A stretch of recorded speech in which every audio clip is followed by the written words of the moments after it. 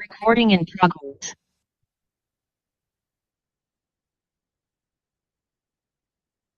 ಹರಿ ಓಂ ಶ್ರೀ ಗುರುಭ್ಯೋ ನಮಃ. ಹರಿ ಓಂ. ಓಂ ಶ್ರೀ ಸದ್ಗುರು ನರಸಿಂಹ ಪ್ರಭು ದೇವಾಯ ನಮಃ. ಹರಿ ಓಂ. ಎಲ್ಲ ಆತ್ಮ ಜ್ಯೋತಿಗಳಿಗೆ ಸಾಷ್ಟಾಂಗ ಪ್ರಣಾಮಗಳು ಹಾಗೂ ಇಂದಿನ ಸತ್ಸಂಗಕ್ಕೆ ತಮ್ಮೆಲ್ಲರಿಗೂ ಆದರದ ಸ್ವಾಗತ.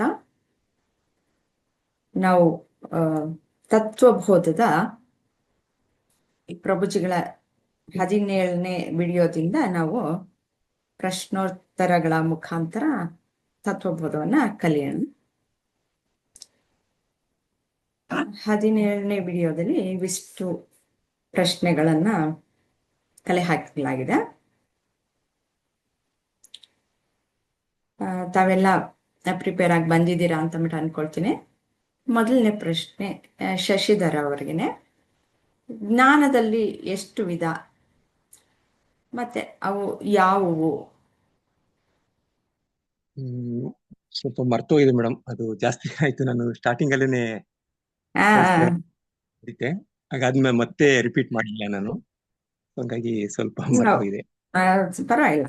ಇವಾಗ ಹೊರ ಪ್ರಪಂಚದಲ್ಲಿ ನಾವು ಜ್ಞಾನವನ್ನ ಪಡ್ಕೊಳ್ತಾ ಇರ್ತೀವಿ, ಅಂದ್ರೆ ವಿಷಯ ವಸ್ತುಗಳ ಬಗ್ಗೆ ನಾವು ಜ್ಞಾನವನ್ನ ಪಡ್ಕೊಳ್ತಾ ಇರ್ತೀವಿ. ಅದು ಒಂದು ರೀತಿಯ ಜ್ಞಾನ. ಮತ್ತೆ ನಮ್ಮ ಆತ್ಮಜ್ಞಾನ ಅನ್ನೋದು ಇನ್ನೊಂದು ಜ್ಞಾನ. ನಾನು ಯಾರು ಅಂತ ತಿಳ್ಕೊಳ್ಳೋದು. ನಾನು ಒಂದು ಕಡೆ ಆದ್ರೆ ಇನ್ನು ಬೇರೆ ಎಲ್ಲ ವಿಷಯ ವಸ್ತುಗಳೆಲ್ಲ ಅವೆಲ್ಲ ಆಬ್ಜೆಕ್ಟ್ಸ್, ನಾನು ಸಬ್ಜೆಕ್ಟ್. ನಾನು ಎಲ್ಲ ಪ್ರಪಂಚದಲ್ಲಿ ಏನು ಆಬ್ಜೆಕ್ಟ್ ಬಗ್ಗೆ ನಾನು ತಿಳ್ಕೊಳ್ತೀನಿ, ವಿಷಯ ವಸ್ತುಗಳ ಬಗ್ಗೆ ತಿಳ್ಕೊಳ್ತೀನಿ. ಹೀಗೆ ಎರಡು ಬಗೆ ಇರೋದು ಅಲ್ವಾ? ಸ್ವಲ್ಪ ಜ್ಞಾಪಕ ಬಂತ ಇವಾಗ? ಹೌದು ಮೇಡಮ್. ಅದು ಈ ಏನು ನಾವು ಲೌಕಿಕ ವಿಚಾರದಲ್ಲಿ ನಾವು ಪಡ್ಕೊಂತ ಹೋಗ್ತೀವಿ, ಯಾರು ಇಲ್ದಲೇ ಇರೋದನ್ನ ಪಡ್ಕೊಂತ ಹೋಗ್ತೀವಿ, ಆದ್ರೆ ಅದು ಶಾಶ್ವತವಾದದ್ದಲ್ಲ. ಆದ್ರೆ ಆತ್ಮಜ್ಞಾನದಲ್ಲಿ ತಿಳ್ಕೊಂತ ಹೋಗ್ತೀವಿ, ತಿಳ್ಕೊಳ್ತಾ ಇರ್ತೀವಿ. ಇದೆಲ್ಲಾನು ಆಬ್ಜೆಕ್ಟ್ಸ್, ಏನಾದ್ರೂ ಈ ಪ್ರಪಂಚದಲ್ಲಿ ಕಾಣಿಸ್ತಾ ಇರುವಂತಹದ್ದು. ಅದು ಯಾವ್ದು ಸಬ್ಜೆಕ್ಟ್ ಅಂದ್ರೆ ನಾನ್ ಮಾತ್ರ, ನನ್ನ ಬಗ್ಗೆ ತಿಳ್ಕೊಳ್ಳೋದು ಆತ್ಮಜ್ಞಾನ. ನನ್ನ ಬಗ್ಗೆ ಇರುವಂತಹದ್ದು. ಇವಕ್ಕೆ ಎರಡಕ್ಕೂ ವ್ಯತ್ಯಾಸ ಏನು ಅಂತ ಎರಡನೇ ಪ್ರಶ್ನೆಯಲ್ಲಿ ಇದೆ. ಅದಕ್ಕೆ ಸಂಬಂಧಪಟ್ಟಿದ್ದು ಎಲ್ಲೋ ಒಂದಕ್ಕೊಂದಕ್ಕೆ ಸಂಬಂಧಪಟ್ಟಿದ್ದೇ ಆಗಿದೆ. ಇದು ಎರಡನೇ ಪ್ರಶ್ನೆಯನ್ನು ಸ್ವಲ್ಪ ಆಗೋಗಿದೆ, ಅದಕ್ಕೆ ಅದನ್ನು ಪೂರ್ತಿ ಭರ್ತಿ ಮಾಡ್ಬಿಡಿ. ಇದು ಲೌಕಿಕ ವಿಚಾರದಲ್ಲಿ ನಾವು ಇಲ್ಲಿ ಈ ಜೀವನದಲ್ಲಿ ನಡೆಯುವ ವ್ಯವಹಾರಗಳ ಜೊತೆ ನಾವು ತಿಳ್ಕೊಂತ ಹೋಗ್ತೀವಿ. ಆದ್ರೆ ಇದು ನಮ್ಮ ಆತ್ಮ ಏನು ಸಾಧನೆಗೆ ಅಷ್ಟು ಸಹಾಯವಾಗೋದಿಲ್ಲ. ಜೊತೆ ಇದು ನಮ್ಮನ್ನ ಆತ್ಮಜ್ಞಾನದಿಂದ ದೂರನೇ ಮಾಡುತ್ತೆ. ಆದ್ರೆ ಲೌಕಿಕ ಜ್ಞಾನನೂ ಅವಶ್ಯಕತೆ ಇದೆ, ಜೀವನ ಮಾಡೋದಕ್ಕೆ ಅವಶ್ಯಕತೆ ಇರುತ್ತೆ. ಆದ್ರೆ ಇದು ಕೇವಲ ಒಂದು ಭ್ರಮೆ ಅನ್ನೋ ರೀತಿಯಲ್ಲಿ ನಾವು ನೋಡ್ಬೇಕಾಗುತ್ತೆ. ಆದ್ರೆ ನಿಜವಾದ ಜ್ಞಾನ ಯಾವುದು ಅಂದ್ರೆ ನಮ್ಮ ಆತ್ಮಜ್ಞಾನ. ನಾನು ಯಾರು ಅಂತ ತಿಳಿಯೋದನ್ನೇ ಅದು ಮುಖ್ಯವಾದ ಜ್ಞಾನ. ಇದನ್ನು ಅವಶ್ಯಕತೆ ಇರುತ್ತೆ, ಎರಡೂ ಅವಶ್ಯಕತೆ ಇರುತ್ತೆ. ಆದ್ರೆ ಇದನ್ನ ಒಂದು ಭ್ರಮೆ ಅನ್ನೋದನ್ನ ನಮ್ಗೆ ನಮ್ಮ ಮನಸ್ಸಿನಲ್ಲಿರುವ ಅರಿವಿರ್ಬೇಕು. ನಿಜವಾದ ಜ್ಞಾನ ಆತ್ಮಜ್ಞಾನ ಅನ್ನೋದು ಒಂದು ಅರಿವು ಸ್ಪಷ್ಟವಾಗಿರ್ಬೇಕು. ಇವಾಗ ಹೊರಗಡೆ ಪ್ರಪಂಚದ ಜ್ಞಾನನು ನಾವು ಜೀವನ ಮಾಡ್ಬೇಕು ಅಂದ್ರೆ ಬೇಕೇ ಬೇಕು. ಅದಿಲ್ಲ ಅಂತಂದ್ರೆ ನಾವು ಜೀವನ ಮಾಡೋದಕ್ಕೆ ಸಾಧ್ಯ ಇಲ್ಲ. ಆತ್ಮಜ್ಞಾನ ಎಲ್ಲಾರು ಏನು ತಿಳ್ಕೊಂಡೇನು ತಿಳಿಬೇಕು, ನನಗ್ ಬೇಕು ಅಂತ ಬಿಟ್ಟು ಬರಲ್ಲ. ಒಂದಷ್ಟು ಜನ ಮಾತ್ರ ನಾನು ಅಂದ್ರೆ ಏನು, ನಾನು ಎಲ್ಲಿಂದ ಬಂದೆ, ಹೇಗೆ ಬಂದೆ, ನಾನು ಆಮೇಲೆ ಏನಾಗ್ತೀನಿ, ಎಲ್ಲಿಗೆ ಹೋಗ್ತೀನಿ, ಇದ್ರ ಮೂಲ ಏನು ಅನ್ನೋದನ್ನೆಲ್ಲ ಅವರು ಎನ್ಕ್ವೈರಿ ಮಾಡಕ್ಕೆ ಶುರು ಮಾಡ್ತಾರೆ. ಆಗ ನಾನು ಆತ್ಮಜ್ಞಾನ ಪಡ್ಕೊಳ್ಬೇಕು ಅಂತ ಗುರುವಿನ ಹತ್ರ ಹೋಗ್ತೀನಿ. ಇಲ್ಲಾಂದ್ರೆ ಹೋಗೋದೇ ಇಲ್ಲ. ನಾನು ಮಾಮೂಲಿ ಸ್ಕೂಲ್ಗೆ ಹೋಗ್ತೀನಿ, ಕಾಲೇಜ್ಗೆ ಹೋಗ್ತೀನಿ, ಬೇರೆ ಎಲ್ಲ ಈ ವಸ್ತು ವಿಷಯಗಳ ಬಗ್ಗೆ ತಿಳ್ಕೊಳ್ತೀನಿ. ಅದರಲ್ಲಿ ಏನು ಮೊದಲು ಜ್ಞಾನವನ್ನು ಪಡ್ಕೊಳ್ತೀನಿ, ಆಮೇಲೆ ಅದಕ್ಕೋಸ್ಕರ ಕೆಲಸವನ್ನು ಮಾಡ್ತೀನಿ. ವಸ್ತು ವಿಷಯಗಳನ್ನ ನಾನು ಪಡ್ಕೊಳ್ಬೇಕು ಅಂತಂದ್ರೆ ಆಮೇಲೆ ಆ ಕಾರ್ಯದಿಂದ ಅದರಿಂದ ಏನೋ ಒಂದು ಫಲ ಅನ್ನೋದು ಸಿಗುತ್ತೆ, ಅದನ್ನ ಅನುಭವಿಸ್ತೀನಿ. ಈ ರೀತಿಯಲ್ಲಿ ಹೊರ ಪ್ರಪಂಚದಲ್ಲಿ ನಡೀತಾ ಇರುತ್ತೆ. ಇವಾಗ ಮನೆ ಕಟ್ಟಬೇಕು ಅಂದರೆ ಅದರ ಬಗ್ಗೆ ನಾನು ಜ್ಞಾನವನ್ನು ಪಡಿತೀನಿ. ಹೇಗೆ ಕಟ್ಟಬೇಕು, ಏನು ಮಾಡಬೇಕು, ಅದಕ್ಕೆ ಆ, ಎಂಥ ಕಡೆ ನಾನು ಸೈಟ್ ತಗೊಳ್ಬೇಕು, ಹೇಗಿರಬೇಕು, ನನ್ನ ಮನೆ ಹೇಗಿರಬೇಕು, ಅದಕ್ಕೋಸ್ಕರ ಯಾರ್ಯಾರನ್ನ ಸಂಪರ್ಕಿಸಬೇಕು, ಅವುಗಳನ್ನ ಹೇಗೆ ತಗೊಂಬರ್ಬೇಕು ಅಂತ. ಅದಕ್ಕೆ ಇಷ್ಟಿಷ್ಟು ದುಡ್ಡು ಬೇಕು ಅಂತಂದ್ರೆ ಅದನ್ನ ಗಳಿಸ್ಬೇಕಾದ್ರೆ ನಾನೇನಾದರೂ ನಮ್ಮ ಕೆಲಸ ಮಾಡಬೇಕು ಅಲ್ವಾ. ಆ ಕೆಲಸ ಮಾಡೋದ್ರಿಂದ ಆಮೇಲೆ ಅದನ್ನ ಕಟ್ಟಬೇಕು. ಅದಕ್ಕೇನು ಎಕ್ಸ್ಪರ್ಟ್ಸ್ ಇರ್ತಾರೆ, ಕಾಂಟ್ರಾಕ್ಟ್ಸ್ ಇರ್ತಾರೆ, ಇಂಜಿನಿಯರ್ಸ್ ಇರ್ತಾರೆ, ಅವ್ರನ್ನೆಲ್ಲ ನೋಡಬೇಕು. ನೋಡಿ ಹೀಗೆ ಇರಬೇಕು ಅಂತ ಪ್ಲಾನ್ ಎಲ್ಲ ಮಾಡಿ ಕೊನೆಗೆ ಆ ಮನೆ ರೆಡಿ ಆಗತ್ತೆ. ಅಂದರೆ ಮೊದಲು ಜ್ಞಾನ, ಆಮೇಲೆ ಕರ್ಮ, ಅದರ ಫಲ ಇರುತ್ತೆ, ಅದನ್ನು ನಾನು ಅನುಭವಿಸ್ತೀನಿ. ಈ ರೀತಿಯಲ್ಲಿ ಹೊರ ಪ್ರಪಂಚದಲ್ಲಿ ನಡೀತಾ ಇರುತ್ತೆ. ಆದರೆ ಆತ್ಮಜ್ಞಾನದಲ್ಲಿ ಏನಾಗುತ್ತೆ, ಮೊದಲೇ ಇರುತ್ತೆ, ಅದರ ಅನುಭವನೂ ಇರುತ್ತೆ, ಆದರೆ ನಮಗೆ ಗೊತ್ತಿರಲ್ಲ. ನಮಗೆ ಅಜ್ಞಾನದಿಂದ ನಾವು ಆ ಆತ್ಮನೇ ನಾನು ಅನ್ನೋದು ಗೊತ್ತಿರಲ್ಲ. ಹಾಗಾಗಿ ನನಗೆ ಮೊದಲು ಗುರುಗಳು ಬೇಕಾಗತ್ತೆ. ನೀನೇ ಪರಮಾತ್ಮ ಅಂತ ಅವರು ಹೇಳ್ತಾರೆ. ಅವಾಗ ಹೇಗೆ ಅನ್ನೋದನ್ನ ತಿಳ್ಕೊಳ್ಳೋದಕ್ಕೆ ನಾನು ಪ್ರಾರಂಭ ಮಾಡ್ತೀನಿ. ಆಮೇಲೆ ನಾನು ಜ್ಞಾನವನ್ನು ಗಳಿಸ್ಕೊಳ್ತಾ ಹೋಗ್ತೀನಿ. ನಾನು ಯಾರು ಅನ್ನೋದನ್ನು ತಿಳ್ಕೊಳ್ತೀನಿ.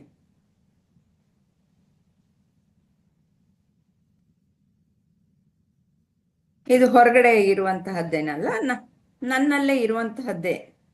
ನಾನೇ ಆತ್ಮ ಅನ್ನೋದನ್ನ ತಿಳ್ಕೊಳ್ಬೇಕು. ಆದ್ರೆ ನನಗೆ ಅಜ್ಞಾನದಿಂದ ಅದು ಮರ್ತು ಹೋಗ್ಬಿಟ್ಟಿದೆ. ಸಾವಿತ್ರಿ ಅವರಿಗೆ ಮುಂದಿನ ಪ್ರಶ್ನೆ. ಆತ್ಮಜ್ಞಾನದಲ್ಲಿ ಏನನ್ನು ತಿಳಿದುಕೊಳ್ಳಲಾಗತ್ತೆ?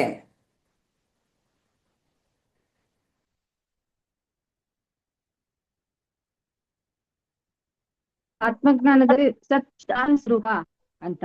ಸತ್ ಅಂತಂದ್ರೆ ಇರುವಿಕೆ, ಚಿತ್ ಅಂತಂದ್ರೆ ಅರಿವು. ಯಾಕೆಂದ್ರೆ ನನ್ನ ಆ ಅಸ್ತಿತ್ವದಲ್ಲಿ ಎಲ್ಲ ಕಾಣಿಸ್ತಾ ಇದೆ, ಇರುವಿಕೆಯಲ್ಲಿ ಎಲ್ಲ ಇದೆ. ಚಿತ್ ಅಂದ್ರೆ ನನ್ಗೆ ಅರಿವಾಗ್ತಾ ಇದೆ ಅದೆಲ್ಲಾನು. ಆನಂದ ಸ್ವರೂಪ ಅದು ನಾನೇ ಆಗಿದ್ದೇನೆ ಅನ್ನೋದನ್ನ ನಮ್ಗೆ ಆತ್ಮಜ್ಞಾನದಲ್ಲಿ ತಿಳ್ಕೊಂತೀವಿ ನಾವು. ಈ ಸತ್ ಅನ್ನೋದನ್ನ ಹೇಗೆ ವಿವರಿಸ್ತೀರಾ? ಚಿತ್ ಅನ್ನೋದನ್ನ ಹೇಗೆ, ಮತ್ತೆ ಆನಂದ ಅನ್ನೋದನ್ನ ಸ್ವಲ್ಪ ವಿವರಣೆ ಕೊಡ್ತೀರಾ? ಸತ್ ಅಂತಂದ್ರೆ ಆ ನೋಡ್ತಾ ಇದೀವಲ್ವಾ ಈ ಪ್ರಪಂಚದಲ್ಲಿ ಎಲ್ಲ ವಸ್ತುಗಳು, ಗಿಡ ಮರ ಗುಟ್ಟ ಬೆಟ್ಟ, ಅಸ್ತಿತ್ವ ಅಂತಂದ್ರೆ ಇರುವಿಕೆ. ಅದು ಒಂದು ಅಂತಂದ್ರೆ ಅವಕಾಶ.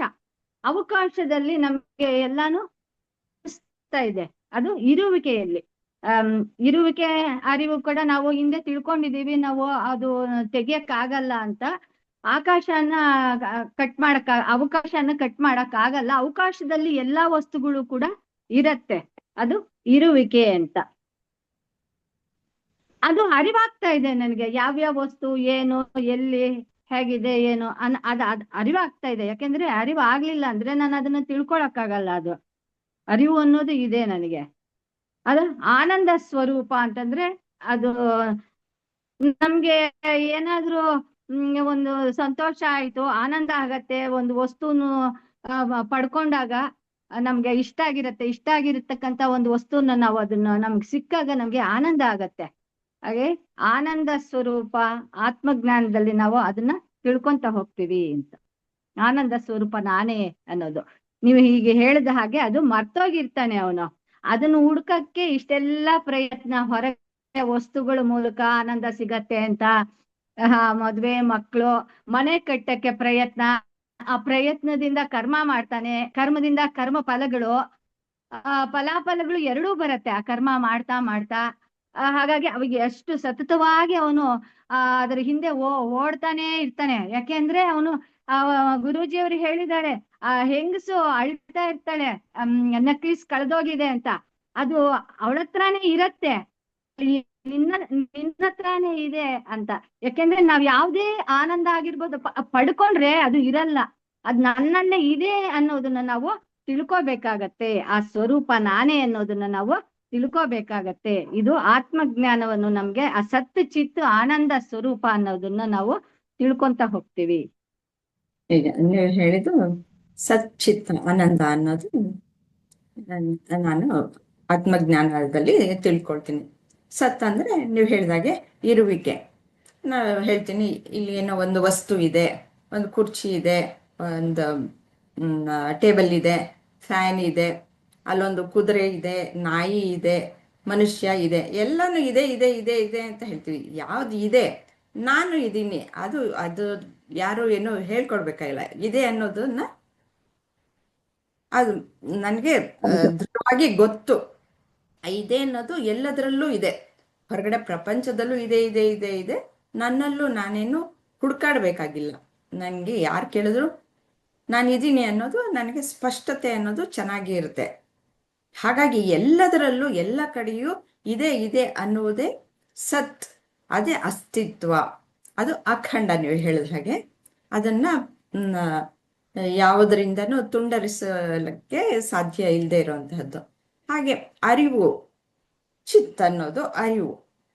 ಈಗ ಪ್ರಪಂಚದಲ್ಲಿ ಎಲ್ಲ ಆಬ್ಜೆಕ್ಟ್ಸ್, ವಿಷಯ ವಸ್ತುಗಳನ್ನ ನೋಡ್ತೀನಿ. ಅವೆಲ್ಲ ಹೇಗೆ ನನ್ನ ಅರಿವಿನಲ್ಲಿ ತಾನೇ ನಾನು ನೋಡೋದು, ಅದು ಅರಿವು. ನನ್ನ ಇರುವಿಕೆಯ ಅರಿವು ಸಹ ನನಗೆ ತಿಳಿಯುತ್ತೆ. ಅದು ಬೇರೆಯವರೇನು ನನಗೇನು ತೋರಿಸ್ಕೊಡ್ಬೇಕಾಗಿಲ್ಲ. ಮತ್ತೆ ಹೊರಗಡೆ ಪ್ರಪಂಚದಲ್ಲಿ ಇರುವಂತಹ ಪ್ರತಿಯೊಂದು ವಸ್ತು, ಈ ಜಗತ್ತಿನಲ್ಲಿ ಸೂರ್ಯ, ಚಂದ್ರ, ನಕ್ಷತ್ರಗಳು ಮೊದಲುಗೊಂಡು ನನ್ನ ಅರಿವಿನಲ್ಲಿ ಗೊತ್ತಾಗೋದು. ಅಂದ್ರೆ ಸೂರ್ಯ ಸ್ವಯಂ ಪ್ರಕಾಶಕ. ಆ ಸೂರ್ಯನ ಬೆಳಕಿನಲ್ಲಿ ನಮಗೆ ಎಲ್ಲವೂ ಕಂಡು ಬರುತ್ತೆ. ಆದರೆ ನನಗೆ ಕಣ್ಣಿದ್ರೆ ತಾನೇ, ಕಣ್ಣು ಬಿಟ್ಟಾಗ ತಾನೇ ಆ ಸೂರ್ಯನ ಬೆಳಕು ಕಾಣಿಸೋದು. ಅಂದ್ರೆ ಆ ಸೂರ್ಯನ ಬೆಳಕು ಸಹ ನನಗೆ ಆಬ್ಜೆಕ್ಟೇನೆ, ವಿಷಯನೇ. ನನ್ನ ಅರಿವು ಇನ್ನೂ ದೊಡ್ಡದು. ನನ್ನ ಅರಿವು ಅನ್ನೋದಿದ್ದಾಗ ನನಗೆ ಪ್ರತಿಯೊಂದು ಎಲ್ಲವೂ ತಿಳಿಯುತ್ತೆ. ಅದು ಏನು ಭೌತಿಕ ಈ ಸೂರ್ಯನ ಬೆಳಕಿಗಿಂತ ದೊಡ್ಡದಾದಂತಹದ್ದು ನನ್ನ ಅರಿವಿನ ಬೆಳಕು ಇದ್ರೆ ಮಾತ್ರ ಎಲ್ಲವೂ ಕಾಣಲಿಕ್ಕೆ ಸಾಧ್ಯ ಇದೆ. ಹೀಗೆ ಸತ್, ಚಿತ್, ಆನಂದ ಅನ್ನೋದು ನನ್ನ ಒಂದು ಸಹಜ ಗುಣ ಲಕ್ಷಣ. ಸಚ್ಚಿತ್ ಆನಂದ ಆತ್ಮನ ಲಕ್ಷಣ, ಅದು ನಿನ್ನ ಲಕ್ಷಣವೇ, ನಿನ್ನ ಒಂದು ಸ್ವಲಕ್ಷಣ ಅಂತಂದ್ಬಿಟ್ಟೆ. ಆ ಆನಂದ ಅನ್ನೋದು ನನಗೆ ಇರೋದ್ರಿಂದಲೇ ನನಗೆ ಪ್ರಕಟ ಆಗೋದು. ಇಲ್ಲ ಅಂತಂದ್ರೆ ನನಗೆ ಯಾವಾಗ್ಲೂ ನಗೋಕೆ ಆಗ್ತಾ ಇರಲಿಲ್ಲ. ಅದು ವಿಷಯ ವಸ್ತುಗಳಿಂದ ನನಗೆ ಆನಂದ ಉಂಟಾಗಲ್ಲ. ಅದನ್ನ ಒಂದು ಜಾಮೂನ್ ಅಂದ್ರೆ ಎಲ್ಲರಿಗೂ ಸಾಮಾನ್ಯವಾಗಿ ಇಷ್ಟ ಇರುತ್ತೆ, ತಿಂತಾರೆ. 1, 2, 3, 4 ತಿಂದಾಗ ಸಂತೋಷ ಆಗುತ್ತೆ. ನನಗಿದೆ ಸಂತೋಷ ಅಂದ್ಬಿಟ್ಟು ಅನ್ಕೊಳ್ತೀನಿ. ಆದ್ರೆ 10 ತಿಂದಾಗ ಬೇಡ ಅನ್ಸುತ್ತೆ. ಅಂದ್ರೆ ವಸ್ತುವಿನಲ್ಲಿ ಇಲ್ಲ ಆನಂದ. ಆನಂದ ಅನ್ನೋದು ನನ್ನಲ್ಲಿದ್ದು ಹೊರಬರುತ್ತೆ ಅನ್ನೋದನ್ನ ತಿಳಿಬೇಕು. ಹೀಗೆ ಅನೇಕ ಉದಾಹರಣೆಗಳ ಮುಖಾಂತರ ನಾನು ಆನಂದ ಸ್ವರೂಪಿ. ಯಾಕೆಂದ್ರೆ ನಾನು ದುಃಖಿ ಆಗಿದ್ರೆ ಸದಾಕಾಲವೂ ನಾನು ದುಃಖಿನೇ ಆಗಿರ್ಬೇಕಾಗಿತ್ತು. ಆನಂದ ಅನ್ನೋದು, ಸಂತೋಷ ಅನ್ನೋದು ನಾನು ಪೂರ್ತಿ ನಕ್ಕಾಗ ನಾನು ಅನ್ನೋದಿರಲ್ಲ. ನಾನು ವ್ಯಕ್ತಿ ಇಲ್ಲದೆ ಇದ್ದಾಗ ನನ್ನ ಪೂರ್ಣ ಪ್ರಮಾಣದ ಆನಂದದ ಅರಿವು ಆಗೋದು. ಆದ್ರೆ ದುಃಖಿಗೆ ದುಃಖಪಟ್ಟಾಗ ದುಃಖಕ್ಕೆ ಒಳಗಾದಂತಹ ವ್ಯಕ್ತಿ ಒಳಗಡೆ ಇರ್ತಾನೆ. ಆದ್ರಿಂದ ಅದು ನನಗೆ ನನ್ನ ಸಹಜ ಸ್ವಭಾವ ಅಲ್ಲ. ಆನಂದ ಅನ್ನೋದು ನನ್ನ ಸಹಜ ಸ್ವಭಾವ. ಅದಕ್ಕೆ ಅದರಲ್ಲಿ ಆರಾಮಾಗಿರ್ತೀನಿ. ಆದ್ರೆ ದುಃಖ ಪಟ್ಕೊಂಡು ನಾನು ಆರಾಮಾಗಿರಲ್ಲ. ಹಾಗಾಗಿ ಸಚ್ಚಿದಾನಂದ ಸ್ವರೂಪ ಅನ್ನೋದನ್ನ ನಾನು ಅರ್ಥ ಮಾಡ್ಕೊಳ್ಬೇಕು. ಹರಿ ಓಂ ಲಕ್ಷ್ಮೀಜಿ, ಮುಂದಿನ ಪ್ರಶ್ನೆ ನೀವು ಹೇಳ್ಬೋದಾ?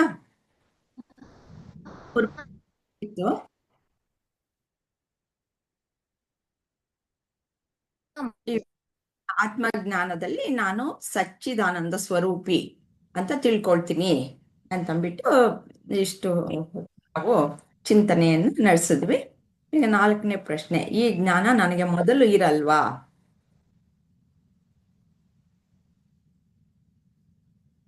ಹೇಳಿ.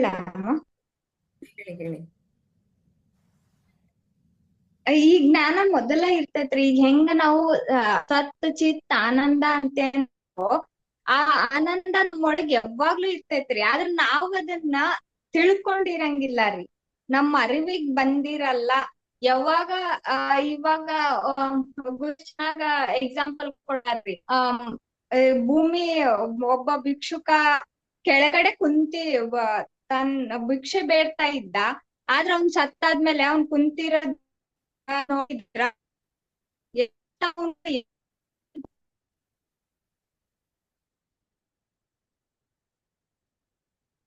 ಅರಿವು ಅಂತಂದ್ ಹೇಳಿ ನಾವು ಆತ್ಮಜ್ಞಾನ ತಿಳ್ಕೊಂಡಾಗ ಅವಾಗ ನಮ್ಮೊಳಗ್ ನಮ್ಗ್ ಏನ್ ಐತಿ ಅಂತಂದ್ ಹೇಳಿ ಗೊತ್ತಾಗ್ತೈತಿ ಅಮ್ಮ.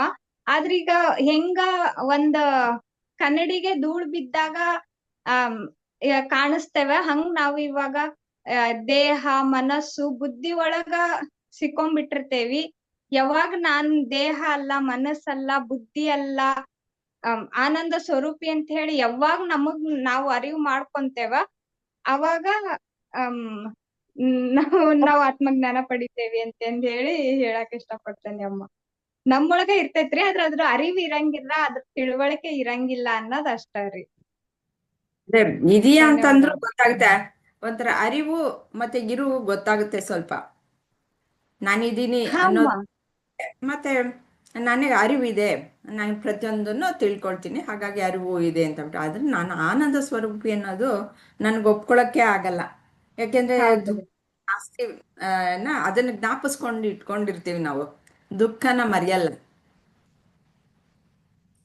ಅದಕ್ಕೆ ನಾನು ಆನಂದ ಸ್ವರೂಪಿ ಅಂತ ನಾನು ಒಪ್ಕೊಳ್ಳೋದಕ್ಕೆ ತಯಾರಿರಲ್ಲ. ಆದರೆ ವೇದಾಂತ ಏನು ಹೇಳುತ್ತೆ ಮುಂದುವರ್ಸಿ ಹೇಳ್ತೀರಾ? 5ನೇ ಪ್ರಶ್ನೆ.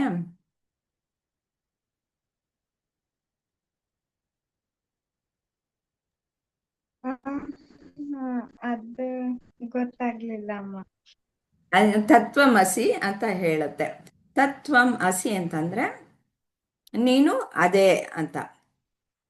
ತ್ವಂ ಅಂತಂದ್ರೆ ನೀನು, ತತ್ ಅಂದ್ರೆ ಅದು, ನೀನು ಅದೇ. ಅದೇ ಅಂತಂದ್ರೆ ನೀನು ಆತ್ಮನೇ, ನೀನು ಪರಮಾತ್ಮ ಸ್ವರೂಪಿ ಅಂತ ಹೇಳ್ಕೊಡುತ್ತೆ. ಅದನ್ನ ಹೇಗೆ ಅನ್ನೋದು ಒಂದೊಂದೇ ಸ್ಟೆಪ್ ಅಲ್ಲಿ ನಾವು ಕಲ್ತ್ಕೊಂಡು ಹೋಗ್ತೀವಿ. ವೇದಾಂತ ಹೇಳ್ಕೊಡೋದು ಹೀಗೆ: ನಿನ್ನ ನಿಜ ಸ್ವರೂಪ ತಿಳ್ಕೋ, ನೀನು ಸಚ್ಚಿತ್ ಆನಂದ. ಸಚ್ಚಿತ್ ಆನಂದ ಅಂತಂದ್ರೆ ಭಗವಂತ, ಆತ್ಮ, ಆತ್ಮನ ಲಕ್ಷಣ, ಸ್ವರೂಪ ಲಕ್ಷಣ ಸಚ್ಚಿದಾನಂದ. ಆತ್ಮ ಅನ್ನೋದು ನೀನೇ ಅಂದ್ರೆ ತತ್ವಂ ಅಸಿ ಅನ್ನೋದು ಒಂದು ವೇದಾಂತ ವಾಕ್ಯ. ಇದನ್ನು ಹೇಳ್ಕೊಡ್ತಾ ಇದೇನೆ ಪರಮಾತ್ಮ ನೀನು ಒಂದೇ ಅಂತ ಬಿಟ್ಟು. ಇದರ ಮೇಲೆ ಭಗವದ್ಗೀತೆ ಅನ್ನೋದು ಸಹ ಆಧಾರಿತವಾಗಿದೆ, ಈ ಒಂದು ವಾಕ್ಯದ ಮೇಲೆ, ಉಪನಿಷತ್ತು ವಾಕ್ಯದ ಮೇಲೆ ಆಧಾರಿತವಾಗಿದೆ.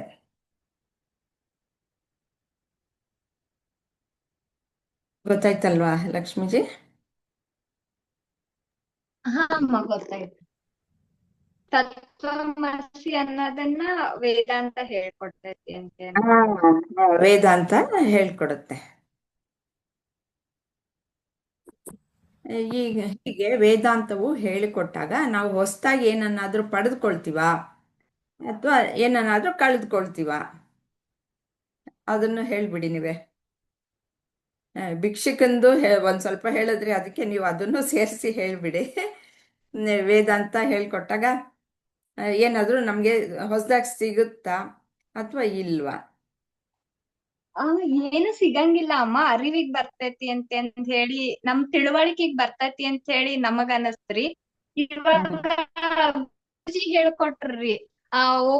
ಒಬ್ರು ಒಬ್ಬ ಮಹಿಳೆ ನಕ್ಲೆಸ್ ಹಾಕೊಂಡಿರ್ತಾಳ, ಅದು ನಕ್ಲೆಸ್ ನಕ್ಲೆಸ್ ನಕ್ಲೆಸ್ ಅಂತ ಹುಡುಕ್ತಿರ್ತಾಳ. ಆದ್ರ ಅವ್ರದ್ದು ಇನ್ನೊಬ್ರು ಬಂದ್ಬಿಟ್ಟು ಎಲ್ಲಿ ಹುಡುಕ್ತೀನಿ, ಕೊಳ್ಳಾಗ ಐತಲ್ಲ ಅಂತಂದ್ ಹೇಳಿ, ಅವಳಿಗೆ ಮೊದ್ಲು ನಕ್ಲೆಸ್ಸಿಂದು ತಿಳುವಳಿಕೆ ಇರ್ಲಿಲ್ಲ ರೀ, ಅರಿವಿಗ್ ಬಂದಿರ್ಲಿಲ್ಲ ಆಕೆ ಹಾಕೊಂಡಿರೋದನ್ನ. ಯಾವಾಗ ಮತ್ತೊಬ್ರು ಹೇಳ್ಕೊಟ್ಟಾಗ ಅವಾಗ ಅರಿವಿಗ್ ಬಂತು. ಇವಾಗ ನಾವು ಮೊದ್ಲು ಮೊದ್ಲು ಸ್ಟಾರ್ಟಿಂಗ್ ಕ್ಲಾಸಿಗೆ ಬರೋದಕ್ಕಿಂತ ಮುಂಚೆ ಆತ್ಮ ಅಂದ್ರೇನು, ಜ್ಞಾನ ಅಂದ್ರೇನು, ವೇದಾಂತ ಇವ್ ಯಾವು ಏನು ಗೊತ್ತಿರ್ಲಿಲ್ಲ ಅಮ್ಮ. ಇದ್ರ ಬಗ್ಗೆ ನಮ್ಗೆ ಏನೋ ಕೇಳ್ದಾಗೆಲ್ಲ ಬೇರೆನ ಅಂತಂದ್ ಹೇಳಿ ಅನಸ್ತಿತ್ರಿ. ಯಾಕಂದ್ರೆ ಇದ್ರದ್ದು ನಮ್ಗ್ ಹೌದು, ತಿಳುವಳಿಕೆ ಅರಿವು ಅನ್ನೋದ್ ಏನು ಇರ್ಲಿಲ್ಲ. ಇರ್ಲಿಲ್ಲ ರೀ. ಹ್ಞೂನ್ರಿ. ಇವಾಗ ಆತ್ಮಜ್ಞಾನ ಅನ್ನತ್ಲೇನ ಥಟ್ ಅಂತ ಹೇಳಿ ಹೊಳಿತದ್ರಿ, ಅದು ನಮ್ಮೊಳಗ ಐತಿ ಅಂದ್ ಹೇಳಿ. ಎಷ್ಟ್ ಸರಳ ಗೊತ್ತಾಕೇತ್ರಿ. ಇವಾಗ ನೀವು ವಾಟ್ಸಪ್ ನೊಳಗ್ ಮೆಸೇಜ್ ಕಳ್ಸೋದಕ್ಕೂ ಗುರೂಜಿ ಸ್ಪೀಚ್ ಕಳಿಸಿದಾಗ ನಾವು ಕೇಳ್ಕೊಂತ ಒಂದ್ಸತೆ ಮನಸ್ಸ್ ಎಲ್ಲೋ ಹೋಗ್ತೇತ್ರಿ. ಅವಾಗ ನಮ್ಗದು ಅರಿವಿಗ್ ಬಂದಿರಲ್ಲ ಅಮ್ಮ. ಯಾವಾಗ ನಾವು ನಮ್ದ ಲಕ್ಷ್ಯ ಕೊಟ್ಟು ನಾವ್ ತಿಳ್ಕೊಂತೇವೋ, ನಮ್ಮೊಳಗ್ ನಾವ್ ಫೀಲ್ ಮಾಡ್ಕೊಂತೇವ, ಅವಾಗಷ್ಟ ನಮ್ ಅರಿವಿಗ್ ಬರ್ತೈತಿ. ವಾಟ್ಸಪ್ ಓಪನ್ ಮಾಡಿ ನೋಡ್ದಾಗ ಗೊತ್ತಾಕೈತಿ, ಬರೇ ಅದನ್ನ ಆನ್ ಮಾಡ್ಬಿಟ್ರೆ ಗೊತ್ತಾಗಲ್ಲ ಅಂತಂದ್ ಹೇಳಿ ನನಗ್ ಹಂಗ ಅನಸ್ತು ಅಮ್ಮ. ಇನ್ನೊಂದು ಎಕ್ಸಾಂಪಲ್ ಕೊಡ್ತಾರ್ರಿ ಗುರುಜಿ. ಇಲ್ಲೇ ಬಾಂಬೆ ಗೇಟ್ ವೇ ಹತ್ರ ಒಬ್ಬ ಭಿಕ್ಷುಕ ಕುಂತಿದ್ದ. ಅವನು ಭಿಕ್ಷೆ ಬೇಡಿ ತನ್ನ ಜೀವನ ನಡೆಸ್ತಾ ಇದ್ದ. ಯಾವಾಗ ಸತ್ತಾಗ ಅವನ್ ತೆಗಿಬೇಕಂತೇಳಿ ಹೋದಾಗ ಭೂಮಿ ಸ್ವಲ್ಪ ತೆಗ್ದಾಗ ಅವನ್ ಕೆಳಗಡೆ ಎಷ್ಟೊಂದ್ ಹಣ ಇತ್ತಂತ್ರಿ. ಅವನ್ ತನ್ನೊಳಗ ತಾನ್ ಇಟ್ಕೊಂಡಿರ್ತಾನ್ರಿ. ಇದ್ರದ್ ಅರ್ಥ ದುಡ್ಡು ಅಂತಂದಲ್ಲ, ನಮ್ಮೊಳಗ್ ನಮ್ಗ ಈ ದುಡ್ಡು ಬೇಕು ಅಂತೇಳಿ ಹೊರಗಡೆ ಹೋಗೋದಲ್ಲ, ನಮ್ಮೊಳಗ ನಮ್ಗೈತಿ. ಆತ್ಮಜ್ಞಾನ ಅನ್ನೋದ್ ನಮ್ಮೊಳಗ ನಾವೈತಿ, ನಮ್ಗ ಅರಿವಿಗ್ ಬಂದಿರ್ಲಿಲ್ಲ. ಹೆಂಗ್ ಭಿಕ್ಷುಕ ಬೇರೆದವ್ರ ಹತ್ರ ಭಿಕ್ಷೆ ಬೇಡಿ ಹಣ ಇಸ್ಕೊಂತಿದ್ನೋ, ಆತರ ನಮ್ದು ಇದು ಅರಿವಿಗ್ ಬಂದಿರ್ಲಿಲ್ಲ ಅಂತಂದ್ ಹೇಳಿ ನನಗ್ ಹಂಗ ಅನಸ್ತಮ್ಮ. ಖಂಡಿತ ಚೆನ್ನಾಗಿ ಹೇಳಿದ್ದೀರಾ. ಧನ್ಯವಾದ ರೀ. ಹಾಗೆ ಅವನ ಭಿಕ್ಷುಕ ಏನು ಅಂತಂದ್ರೆ ಇದ್ರಲ್ಲಿ ತುಂಬಾ ಒಳ ಅರ್ಥ, ಗೂಢ ಅರ್ಥ ಅಡಗಿದೆ. ಅವನ ಅರಿವಿನಲ್ಲಿ ಇರ್ಲಿಲ್ಲ. ನಮ್ಮ ಅರಿವಿನಲ್ಲಿ ಯಾವ ವಸ್ತು ಇಲ್ವೋ ಅದು ಇಲ್ಲ ಅಂತಲೇ ಲೆಕ್ಕ. ನಮ್ಮ ಪ್ರಪಂಚದಲ್ಲಿ ಅದು ಇಲ್ಲ ಅಂತಂದ್ಬಿಟ್ಟು ನಮಗ್ ಗೊತ್ತಾದ್ರೆ ತಾನೇ ನಮ್ಮ ಪ್ರಪಂಚದಲ್ಲಿ ಅದು ವಸ್ತು ಇರೋದು. ಹಾಗಾಗಿ ಅವನು ಕೊಪ್ಪರಿಗೆ ಹಣದ ಮೇಲೆ ಕೂತಿದ್ರು, ಅವನಿಗೆ ಅರಿವಿಲ್ಲ. ಹಾಗೆ ನಾವು ಅಷ್ಟೇ ಅಜ್ಞಾನದಲ್ಲಿರುವಾಗ ನಮಗೆ ನಮ್ಮ ಆತ್ಮನ ಅರಿವು ಅನ್ನೋದು ಇಲ್ಲ. ಮತ್ತು ನಾನು ಆನಂದ ಸ್ವರೂಪಿ ಅನ್ನೋದು ನನಗೆ ಗೊತ್ತಿರಲ್ಲ. ಅದಕ್ಕೋಸ್ಕರ ಹೊರ ಪ್ರಪಂಚದಲ್ಲಿ ವಸ್ತುಗಳಿಂದ ನಾನು ಆನಂದವನ್ನು ಪಡಿಬೇಕು ಅಂತ ಹೊರ ಪ್ರಪಂಚಕ್ಕೆ ಮೊರೆ ಹೋಗ್ತಾ ಇರ್ತೀನಿ. ಅಲ್ಲಿಂದ ಕ್ಷಣಿಕ ಸುಖ, ಹಾಗೆ ಭಿಕ್ಷೆ ಬೇಡ್ತಾ ಇರ್ತೀನಿ. ಆ ಭಿಕ್ಷೆ ಬೇಡಿ ಒಂದು ಸ್ವಲ್ಪನೇ ಆನಂದನ ಪಡಿತಾ ಇರ್ತೀನಿ. ಆದರೆ ನನ್ನಲ್ಲೇ ಇದೆ ಅನ್ನೋದನ್ನ ನಾನು ಅಜ್ಞಾನದಿಂದಾಗಿ ಅರ್ಥಕೊಂಡಿರಲ್ಲ. ಎಷ್ಟು ಚೆನ್ನಾಗಿದೆ ಅಲ್ವಾ ಇದು ಭಿಕ್ಷುಕನ ಕತೆ. ಎಷ್ಟು ನಮ್ಗ ಅರಿವಿಗೆ ತಿಳುವಳಿಕೆಗೆ ಎಷ್ಟು ಚೆನ್ನಾಗ್ ಬರ್ತೈತಿ ಅಮ್ಮ. ನಾವ್ ಎಷ್ಟು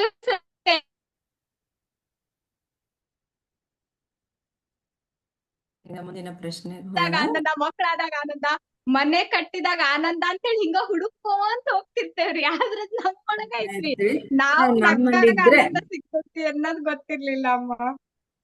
ಆನಂದ ಅನ್ನೋದು ಅದೇ ಹೊರ ವಸ್ತು ವಿಷಯಗಳಲ್ಲಿ ಇರಲ್ಲ, ನಮ್ಮಲ್ಲೇ ಇದೆ. ಅದು ಪ್ರಕಟವಾಗತ್ತೆ ಅಷ್ಟೇನೆ. ಹಾಗೆ ಆನಂದ ಅನ್ನೋದು ಇವಾಗ ಮನೆ ತಗೊಂಡ್ರೆ ನಿಮಗೆ ಸಂತೋಷ ಆಯ್ತು. ಯಾತಕ್ಕೆ ನಿಮ್ಮದು ಅನ್ನೋದಕ್ಕೋಸ್ಕರ ಸಂತೋಷ ಆಯ್ತು. ಅದೇ ಎಲ್ಲರಿಗೂ ಏನು, ನೀವು ಮನೆ ತಗೊಂಡ್ರೆ ಎಲ್ಲರಿಗೂ ಏನು ಆನಂದ ಆಗುತ್ತಾ ಅಂತ ಮನೆಗಳು ಎಲ್ಲರೂ ನೋಡ್ತಾ ಇರ್ತಾರೆ. ಇಲ್ಲ, ಅದಕ್ಕೆ ನಮಗೆ ಸಂಬಂಧಪಟ್ಟಿಲ್ಲ. ಆದರೆ ಆ ವಿಷಯ ಯಾಕೆ ನನಗೆ ಸಂತೋಷ ಕೊಡ್ತು, ಅದು ನನ್ನದು, ನಾನು ಅನ್ನೋದು ಅದರಲ್ಲಿ ಸೇರ್ಕೊಂಡಿದೆ, ಅದಕ್ಕೆ ಸಂತೋಷ ಆಯಿತು. ಆದರೂ ಸಹ ಆ ಆನಂದ ನನ್ನಿಂದ ಹೊರಹೊಮ್ಮಿರೋದು, ಆ ಮನೆಯಿಂದ ಅಲ್ಲ ಬಂದಿರೋದು. ಅದನ್ನು ಪಡೆದಾಗ ನನ್ನ ಮನಸ್ಸು ಎಲ್ಲ ಶಾಂತವಾಗುತ್ತೆ. ಶಾಂತವಾದಂತಹ ಮನಸ್ಸಿನಲ್ಲಿ ನನ್ನ ನಿಜ ಸ್ವರೂಪ ಪ್ರಕಟಗೊಳ್ಳುತ್ತೆ, ಅದಕ್ಕೆ ಸಂತೋಷ ಆಗತ್ತೆ.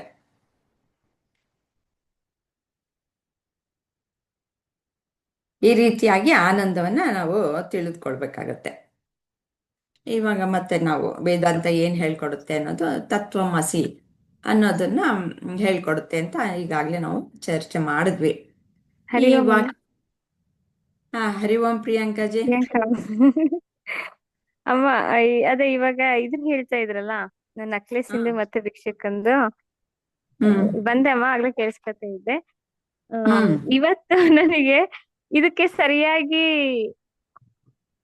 ಈ ರೀತಿ ಯಾವಾಗೂ ಆಗಿಲ್ಲ, ಬಟ್ ಅದು ಏನೋ ಇವತ್ತಿನ ಈ ಕ್ಲಾಸಿಗೂ ತಕ್ಷಣ ಅಲ್ಲಿ ನನಗೆ ಹೊಳಿತು, ಅಯ್ಯೋ ಇದು ಕ್ಲಾಸಿಗೆ ಸಂಬಂಧಪಟ್ಟಿದ್ದಲ್ಲ, ಇದು ಹೆಂಗಾಯ್ತು, ಸಾಧ್ಯನೇ ಇಲ್ಲ ಹಿಂಗ ಆಗಕ್ಕೆ ಅಂತ ಹೇಳಿ ನಾನು ಬಲಗೈಯಲ್ಲಿ ವಾಚ್ ಕಟ್ತೀನಿ. ಊಟ ಟೈಮಲ್ಲಿ ಹ್ಯಾಂಡ್ ವಾಶ್ ಮಾಡುವಾಗ ನಾನು ಎಲ್ಲೋ ನೀರ್ ಬಡಿಯುತ್ತೆ ಅಂತ ಹೇಳಿ ವಾಚ್ ತೆಗ್ದಿದೀನಿ ಅಂತ ಅನ್ಕೊಂಡಿದೀನಿ. ಊಟ ಮುಗಿಸ್ಕೊಂಡ ತಕ್ಷಣ ಲಂಚ್ ಮುಗಿತಿದಂಗೆ ಕ್ಲಾಸಿಗೆ ಹೋಗಿದ್ದೀನಿ. ಮಕ್ಳಿಗೆಲ್ಲ ಬುಕ್ ಎಲ್ಲ ಓಪನ್ ಮಾಡಿಸಿ ಇನ್ನ ಒಂದ್ ಬುಕ್ ಚೆಕ್ ಮಾಡಿ ಇನ್ನೊಂದ್ ಬುಕ್ ಕೊಡಕ್ಕೆ ಟೈಮ್ ಎಷ್ಟಿದೆ ಅಂತ ನೋಡಕ್ಕೆ, ನಾನು ಲಂಚ್ ಟೈಮಲ್ಲಿ ವಾಚ್ ಬಿಚ್ಚಿಟ್ಟಿದೀನಿ ಅಂತ ವಾಪಸ್ ಸ್ಟಾಫ್ ರೂಮ್ ಹೋಗಿ ರೈಟ್ ಹ್ಯಾಂಡ್ ಎಲ್ಲ ವಾಚ್ ಹುಡುಕ್ತಾ ಇದೀನಿ.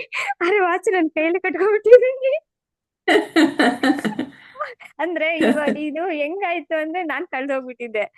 ಏನು ನೆಕ್ಸ್ಟ್ ಏನು, ಈಗ ವರ್ಕ್ ಕೊಡ್ತಾ ಮಕ್ಳಿಗೆ ವರ್ಕ್ ಕೊಟ್ಟಿದೀನಿ. ಸೊ ಆ ವರ್ಕ್ ಎಷ್ಟ್ ಮಾಡಿದಾರೆ, ಯಾವ ರೀತಿ ಮಾಡಿದಾರೆ, ಕರೆಕ್ಟ್ ಆಗಿದೆನಾ ನೋಡಿ, ನೆಕ್ಸ್ಟ್ ಅವ್ರಿಗೆ ಹೋಮ್ ವರ್ಕ್ ಕೊಡೋದಕ್ಕೆ ಟೈಮ್ ಎಷ್ಟಿದೆ, ಬೆಲ್ ಯಾವಾಗ ಆಗುತ್ತೆ ಅನ್ನೋ ಒಂದು ಇದ್ರಲ್ಲಿ ಹೋಗಿ ತಕ್ಷಣ ವಾಚ್ ಏನಾದ್ರು ಕೈಲಿ ಹಿಡ್ಕೊಂಬನ್ನ ಅಂತ ಟೇಬಲ್ ಮೇಲೆ ನೋಡಿದೆ, ಅಲ್ಲಿರ್ಲಿಲ್ಲ. ನಾನ್ ಸ್ಟಾಫ್ ರೂಮ್ ಬಿಟ್ಟಿದೀನಿ. ಆಮೇಲೆ ಮಕ್ಳಿಗೆ ಓಕೆ ವರ್ಕ್ ಮಾಡಿ ಅಂತ ಹೇಳ್ಬಿಟ್ಟು ಸ್ಟಾಫ್ ರೂಮ್ ಹೋಗಿ ಅದೇ ವಾಚ್ ಬಲಗೈಯಲ್ಲಿ ಹುಡುಕ್ತಾ ಇದೀನಿ ಬ್ಯಾಗಲ್ಲಿ. ಆಮೇಲೆ ಅಯ್ಯೋ ಅನ್ಕೊಂಡು ಸುಮ್ ಸೈಲೆಂಟ್ ಆಗಿ ಕ್ಲಾಸಿಗೆ ವಾಪಸ್ ಬಂದ್ಬಿಟ್ಟೆ. ನನ್ ಕೈಯಲ್ಲಿ ಬಲಗೈಯಲ್ಲೇ ಕಟ್ಕೊಂಡಿದೀನಿ, ಬಲಗೈಯಲ್ಲೇ ಹುಡುಕ್ತಾ ಇದೀನಿ. ಹಾಗೆ ಅಂದ್ರೆ ನಮಗೂ ಕಳೆದು ಹೋದಾಗ ಹಿಂಗ ಆಗುತ್ತೆ. ಅಂದ್ರೆ ಎಲ್ಲೋ ಈ ಪ್ರಪಂಚದಲ್ಲಿ, ಈ ಮಾಯೆಯಲ್ಲಿ ನಮ್ಮಲ್ಲಿರೋ ಆನಂದನ, ಅಂದ್ರೆ ಅವ್ರು ಹೇಳಿದ ಅರ್ಥ, ಈಗ ಭಿಕ್ಷುಕನ ಹಾಗೆ ಅಲ್ಲಿದೆ ಆನಂದ, ಇಲ್ಲಿದೆ ಆನಂದ, ಎಲ್ಲಿದೆ ಅಂತಂದ್ ಎಲ್ಲಾ ಕಡೆ ಹುಡ್ಕಾಡೋದಕ್ಕಿಂತ ಅದು ಎಲ್ಲಾ ಸಮಯದಲ್ಲೂ ಎಲ್ಲಾ ಜಾಗದಲ್ಲೂ ಎಲ್ಲಾನು ಆನಂದವಾಗೇ ಇದೆ. ಆದ್ರೆ ಆ ಆನಂದನ ಹುಡುಕೊಂಡು ಹೋಗ್ತಾ ಇದೀವಿ ಆನಂದ ಅಂತಂದು ನನಗ್ ಅವ್ರು ಗೊತ್ತಿಲ್ಲ. ಹೇಳ್ತಿದಾರ. ಅದು ಗೊತ್ತಿಲ್ಲ.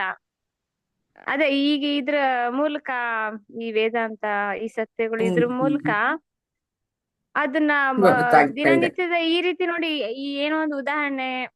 ಸೊ ಹೀಗೆ ಇನ್ನೊಂದು ಆ ಸ್ಕೂಲು ಈ ಸಿಚುವೇಶನ್ ಬೇರೆ, ಮತ್ತೆ ಹೊರಗಡೆ ನಾನ್ ಮತ್ತೆ ಮಾರ್ನಿಂಗ್ ಮನೆ ಬಿಡುವಾಗ ಸಿಚುವೇಶನ್ ಬೇರೆ ಇರುತ್ತೆ, ಈ ಕ್ಲಾಸ್ ಅಲ್ಲಿ ಬೇರೆ ಇರುತ್ತೆ. ಬಟ್ ಇದು ಅಲ್ಲಿ ನಂಗೆ ಫ್ಲಾಶ್ ಆಗ್ಬೇಕು ಅಂದ್ರೆ ಅದು ಒಂಥರ ಅದ್ಭುತನೇ. ಯಾಕಂದ್ರೆ ಆ ಕ್ಲಾಸ್ ಇದು ಬೇರೆ ಇರುತ್ತೆ, ಬಟ್ ತಕ್ಷಣಕ್ಕೆ ಫ್ಲಾಶ್ ಆಯ್ತು. ಇನ್ನು ಯಾವಾಗ ನನ್ ಕೈಯಲ್ಲಿದೆ ಅನ್ಕೊಂಡ ತಕ್ಷಣ ವಾಪಸ್ ಕ್ಲಾಸಿಗೆ ಹೋಗ್ತಿದ್ನೋ, ಇದು ಕ್ಲಾಸಿಗೆ ಅಲ್ಲಿ ಕ್ಲಾಸಿಗೆ ಸಂಜೆ ಕ್ಲಾಸಿಗೆ ಮ್ಯಾಚ್ ಆಗ್ತಾ ಇದೆ ಇದು ಅಂತ ಫ್ಲಾಶ್ ಆಯ್ತು. ಹಂಗೆ ಎಲ್ಲ ಇದೆ, ಬಟ್ ಅದಕ್ಕೋಸ್ಕರ ಭಿಕ್ಷೆ ಬೇಡೋದು, ಅದಕ್ಕೋಸ್ಕರ ಹುಡುಕಾಟ, ಸೊ ಅದ್ರ ಅವಶ್ಯಕತೆ ಇಲ್ಲ. ಎಲ್ಲಾ ಸಮಯದಲ್ಲೂ ಎಲ್ಲಾ ಕಡೆನೂ ಇದೆ ಅದು ಅಂತಂದು ಇಲ್ಲಿ ಹೇಳ್ತಿದಾರೆ ಅಂತ ಅನಿಸ್ತವ. ಮುಂದಿನ ಪ್ರಶ್ನೆ ನೀವೇ ತಗೊಳ್ಳಿ. ಏನನ್ನು ಅದೇ ಇವಾಗ ಈ ವಾಕ್ಯ ನಮಗೆ ಒಂದೇ ಬಾರಿಗೆ ಏಕೆ ಒಪ್ಪಿಗೆ ಆಗಲ್ಲ ಅಂದ್ರೆ, ವೇದಾಂತ ಹೇಳುತ್ತೆ ನೀನು ಸಚ್ಚಿದಾನಂದ ಸ್ವರೂಪಿ ಅಂತಂದ್ಬಿಟ್ಟು. ಅದನ್ನ ನಾವು ಒಪ್ಕೊಳಕ್ ಆಗಲ್ಲ. ಒಪ್ಕೊಳ್ತೀವ? ಇಲ್ಲ, ನಾನು ಏನು ಸಚ್ಚಿದಾನಂದ ಸ್ವರೂಪಿ ಅಂತ ಒಪ್ಕೊಳ್ಳಲ್ಲ. ಯಾಕೆಂದ್ರೆ ನನ್ನ ದೇಹ ಅನ್ನೋದು ಒಂದ್ ಸ್ವಲ್ಪ ದಿನ ಇರುತ್ತೆ, ಮತ್ತೆ ಸತ್ತೋಗ್ತೀನಿ ನಾನು. ಮತ್ತೆ ನನಗೆ ಜ್ಞಾನನೂ ಅಷ್ಟೇ, ನನಗೆ ಅದು ಗೊತ್ತಿಲ್ಲ ಇದು ಗೊತ್ತಿಲ್ಲ ಅಂತ ಅನ್ಕೊಳ್ತೀನಿ. ಮತ್ತೆ ಆನಂದನೂ ಅಷ್ಟೇ, ಎಲ್ಲಿದೆ ಆನಂದ? ನಾನು ಯಾವಾಗ್ಲೂ ದುಃಖನೇ. ನಾನು ಏನೋ ಒಂದ್ ಸ್ವಲ್ಪ ಆನಂದ ಪಟ್ಕೊಳ್ತೀನಿ ಅಂತಂದ್ರೆ ಅದ್ರ ಹಿಂದೆನೆ ಬಂತು ನನಗೆ ದುಃಖ ಅಂತ ಅನ್ಕೊಳ್ತೀನಿ ಅಲ್ವಾ? ಹಾಗೆ ಒಪ್ಕೊಳ್ಳಲ್ಲ ನಾನು. ವೇದಾಂತ ಮಾತ್ರ ಹೇಳ್ತಾ ಇದೆ ಸಚ್ಚಿದಾನಂದ ಸ್ವರೂಪಿ ನೀನು, ತತ್ವಂ ಅಸಿ ಅಂತಂದ್ಬಿಟ್ಟು ಹೇಳ್ಕೊಡ್ತಾ ಇದೆ. ನೀನು ಭಗವಂತನೇ. ಅಂದ್ರೆ ಭಗವಂತ ಅಂದ್ರೆ ಸಚ್ಚಿದಾನಂದ. ನಾನು ಹೆಂಗ್ ಭಗವಂತ ಆಗ್ತೀನಿ ಅಂತಂದ್ಬಿಟ್ಟು ಹೇಳ್ತೀರಾ? ಮತ್ತೆ ಭಗವಂತನ ನಿಜ ಸ್ವರೂಪ, ಮುಂದಿನ ಕ್ವಶನ್, ಅದರ ಲಕ್ಷಣಗಳೇನು, ಇದಾಗಲೇ ಚರ್ಚೆ ಮಾಡಿದ್ದೆ. ಇನ್ನೊಂದ್ಸತಿ ಹೇಳಿ, ಎಲ್ಲರಿಗೂ ಚೆನ್ನಾಗಿ ಮನದಟ್ಟಾಗತ್ತೆ. ಗುರೂಜಿ ಮತ್ತೆ ಮತ್ತೆ ಹೇಳಿರೋದು ಯಾತಕ್ಕೆ ಅಂದರೆ, ನಾವು ಪೂರ್ತಿ ಇದನ್ನ ತಳಹದಿ ಇದು ಚೆನ್ನಾಗಿ ತಿಳ್ಕೊಳ್ಳಿ ಅನ್ನೋದಕ್ಕೋಸ್ಕರ ಅದನ್ನ ಮತ್ತೆ ಮತ್ತೆ ಹೇಳಿದ್ದಾರೆ. ಅದೇ ನಾನು ವಿಡಿಯೋನಲ್ಲಿ ಸಚ್ಚಿದಾನಂದ ಅಂದ್ರೇನು, ತತ್ವಮಸಿ ಅಂದ್ರೇನು ಅಷ್ಟು ಹೇಳಿ, ಅವಾಗ ಎರಡು ಕವರ್ ಆಗತ್ತೆ.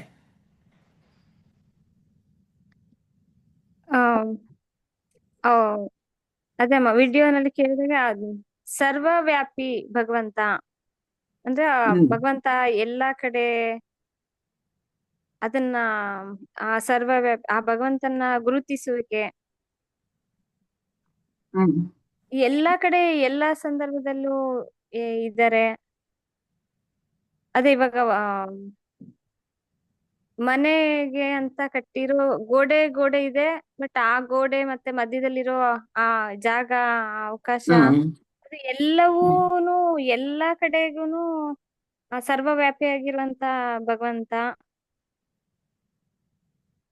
ಅದು ಗೋಡೆಗೆ ಮತ್ತೆ ಸೀಮಿತ ಆಗಿರಲ್ಲ, ಅದು ಎಲ್ಲ ಕಡೆನೇ ಇರುವಂತಹದ್ದು. ಗೋಡೆಯನ್ನು ತುಂಡರಿಸಕ್ಕೆ ಸಾಧ್ಯ ಇಲ್ಲ, ಅವರು ವಿವರಣೆ ಕೊಡ್ತಾರೆ ಅಲ್ವಾ. ಹ್ಮ್ ಹಾಗೆ ಹಾಮ ಗೋಡೆ ಒಳಗಡೆ ಇರುವಂತಹ ಅವಕಾಶ ಮತ್ತೆ ಹೊರಗಡೆ ಇರುವಂತಹ ಅವಕಾಶ ಎಲ್ಲನೂ ಒಂದೇನೆ. ಆ ಅವಕಾಶವನ್ನ ನಾವು ಬೇರ್ಪಡಿಸಿ ತುಂಡರಿಸೋದಕ್ಕೆ ಸಾಧ್ಯ ಇಲ್ಲ. ಹಾಗಾಗಿ ಸರ್ವವ್ಯಾಪಿಯಾದಂತಹದ್ದು ಈ ಏನು ಅಸ್ತಿತ್ವ ಅನ್ನೋದು ಸರ್ವವ್ಯಾಪಿಯಾದಂತಹದ್ದು. ಅದರಲ್ಲಿ ನಮಗೆ ಏನು ವಸ್ತುಗಳು ಕಾಣಿಸುತ್ತೆ ಅದು ಇಂದ್ರಿಯ ಗೋಚರವಾಗುತ್ತೆ, ಮತ್ತೆ ಕೆಲವು ಹಾಗೆ ಇದ್ದಾಗ ನಮಗೆ ಇಂದ್ರಿಯ ಗೋಚರವಾಗಲ್ಲ. ಈಗ ಸ್ಪೇಸ್ ಏನು ಇಲ್ಲ ಅಂತಂದ್ಬಿಟ್ಟು ಅಂತೀವಿ, ಏನು ಇಲ್ಲ ಏನಿಲ್ಲ, ಅಲ್ಲಿ ಅಸ್ತಿತ್ವ ಅನ್ನೋದಿದೆ, ಅದು ನಮಗೆ ಗೊತ್ತಾಗ್ತಾ ಇಲ್ಲ, ಕಾಣಿಸ್ತಾ ಇಲ್ಲ ಅಷ್ಟೇನೆ. ನಾವು ಏನಿದ್ರು ಪಶು ಪ್ರಾಣಿ ಪಕ್ಷಿಗಳು, ಮರ ಗಿಡಗಳು, ಬೆಟ್ಟ ಗುಡ್ಡ, ಮತ್ತೆ ಇದು ಸೂರ್ಯ ಚಂದ್ರ ನಕ್ಷತ್ರಗಳು ಹಿಂಗೆ ಇದ್ದಾಗ ಮಾತ್ರ ಕಾಣಿಸುತ್ತೆ. ಆದ್ರೆ ಏನು ಇಲ್ಲ ಅಂತ ಅನ್ನೋ ಜಾಗದಲ್ಲೂ ಅಸ್ತಿತ್ವ ಇದೆ ಅನ್ನೋದನ್ನ ವೇದಾಂತ ಹೇಳ್ಕೊಡುತ್ತೆ. ಮತ್ತೆ ಚಿತ್ ಅನ್ನೋದು ಹೇಗೆ, ನಾವು ಎಲ್ಲದರಲ್ಲೂ ಇದೆ ಇದೆ ಇದೆ ಅಂತೀವಿ, ಖಾಲಿ ಜಾಗನೂ ನಾವೇನು ಅಲ್ಲಗಳಿಯಲ್ಲ, ಖಾಲಿ ಜಾಗ ಇದೆ ಅಂತಲೇ ಹೇಳೋದು. ಇದೆ ಅಂತಂದ್ರೆ ಏನೋ ಇದೆ ಅಂತಲೇ ತಾನೇ ಅರ್ಥ. ಹಾಗಾಗಿ ಇದೆ, ಅಲ್ಲೂ ಇದೆ, ಖಾಲಿ ಜಾಗದಲ್ಲೂ ಏನೋ ಇದೆ ಅಂದ್ರೆ ಅದೇ ಅಸ್ತಿತ್ವ. ಏನು ಅಂತ ಹೀಗೆ ತೆಗೆದು ಹೀಗೆ ತೋರ್ಸಕ್ ಸಾಧ್ಯ ಇಲ್ಲ ಅಷ್ಟೆ. ಮತ್ತೆ ಅರಿವು ಅನ್ನೋದು ಇಲ್ಲಿ ನಿಜವಾಗಿ ಚಿತ್. ಇವಾಗ ಸತ್ ಅನ್ನೋದನ್ನ ನೀವು ವಿವರಿಸಿದ್ರಿ.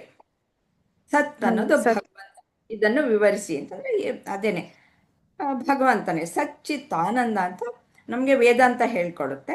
ಈ ಸತ್ ಅನ್ನೋದು ಎಲ್ಲ ಕಡೆನೂ ಇರುವಂತಹದ್ದು.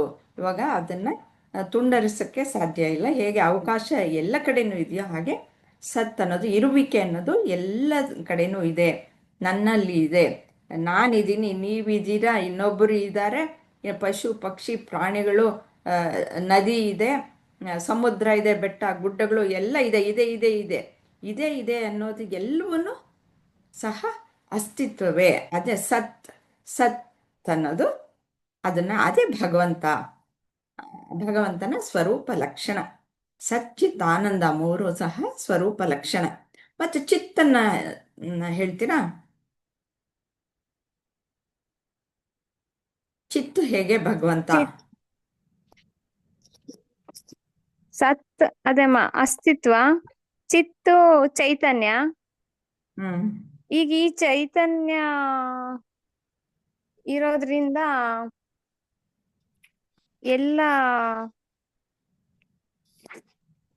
ಎಲ್ಲವನ್ನ ಅರಿತ್ಕೊಳ್ಳೋದಕ್ಕೆ, ಜ್ಞಾನವನ್ನ ತಗೊಳ್ಳೋದಕ್ಕೆ, ಅಥವಾ ನನ್ನನ್ನ ಈ ದೇಹದ ಮೂಲಕ ಗುರ್ತಿಸೋದಕ್ಕೆ ಈಗ ಆ ಚೈತನ್ಯ ಇರೋದ್ರಿಂದ ಸಾಧ್ಯ ಆಗ್ತಿದೆ.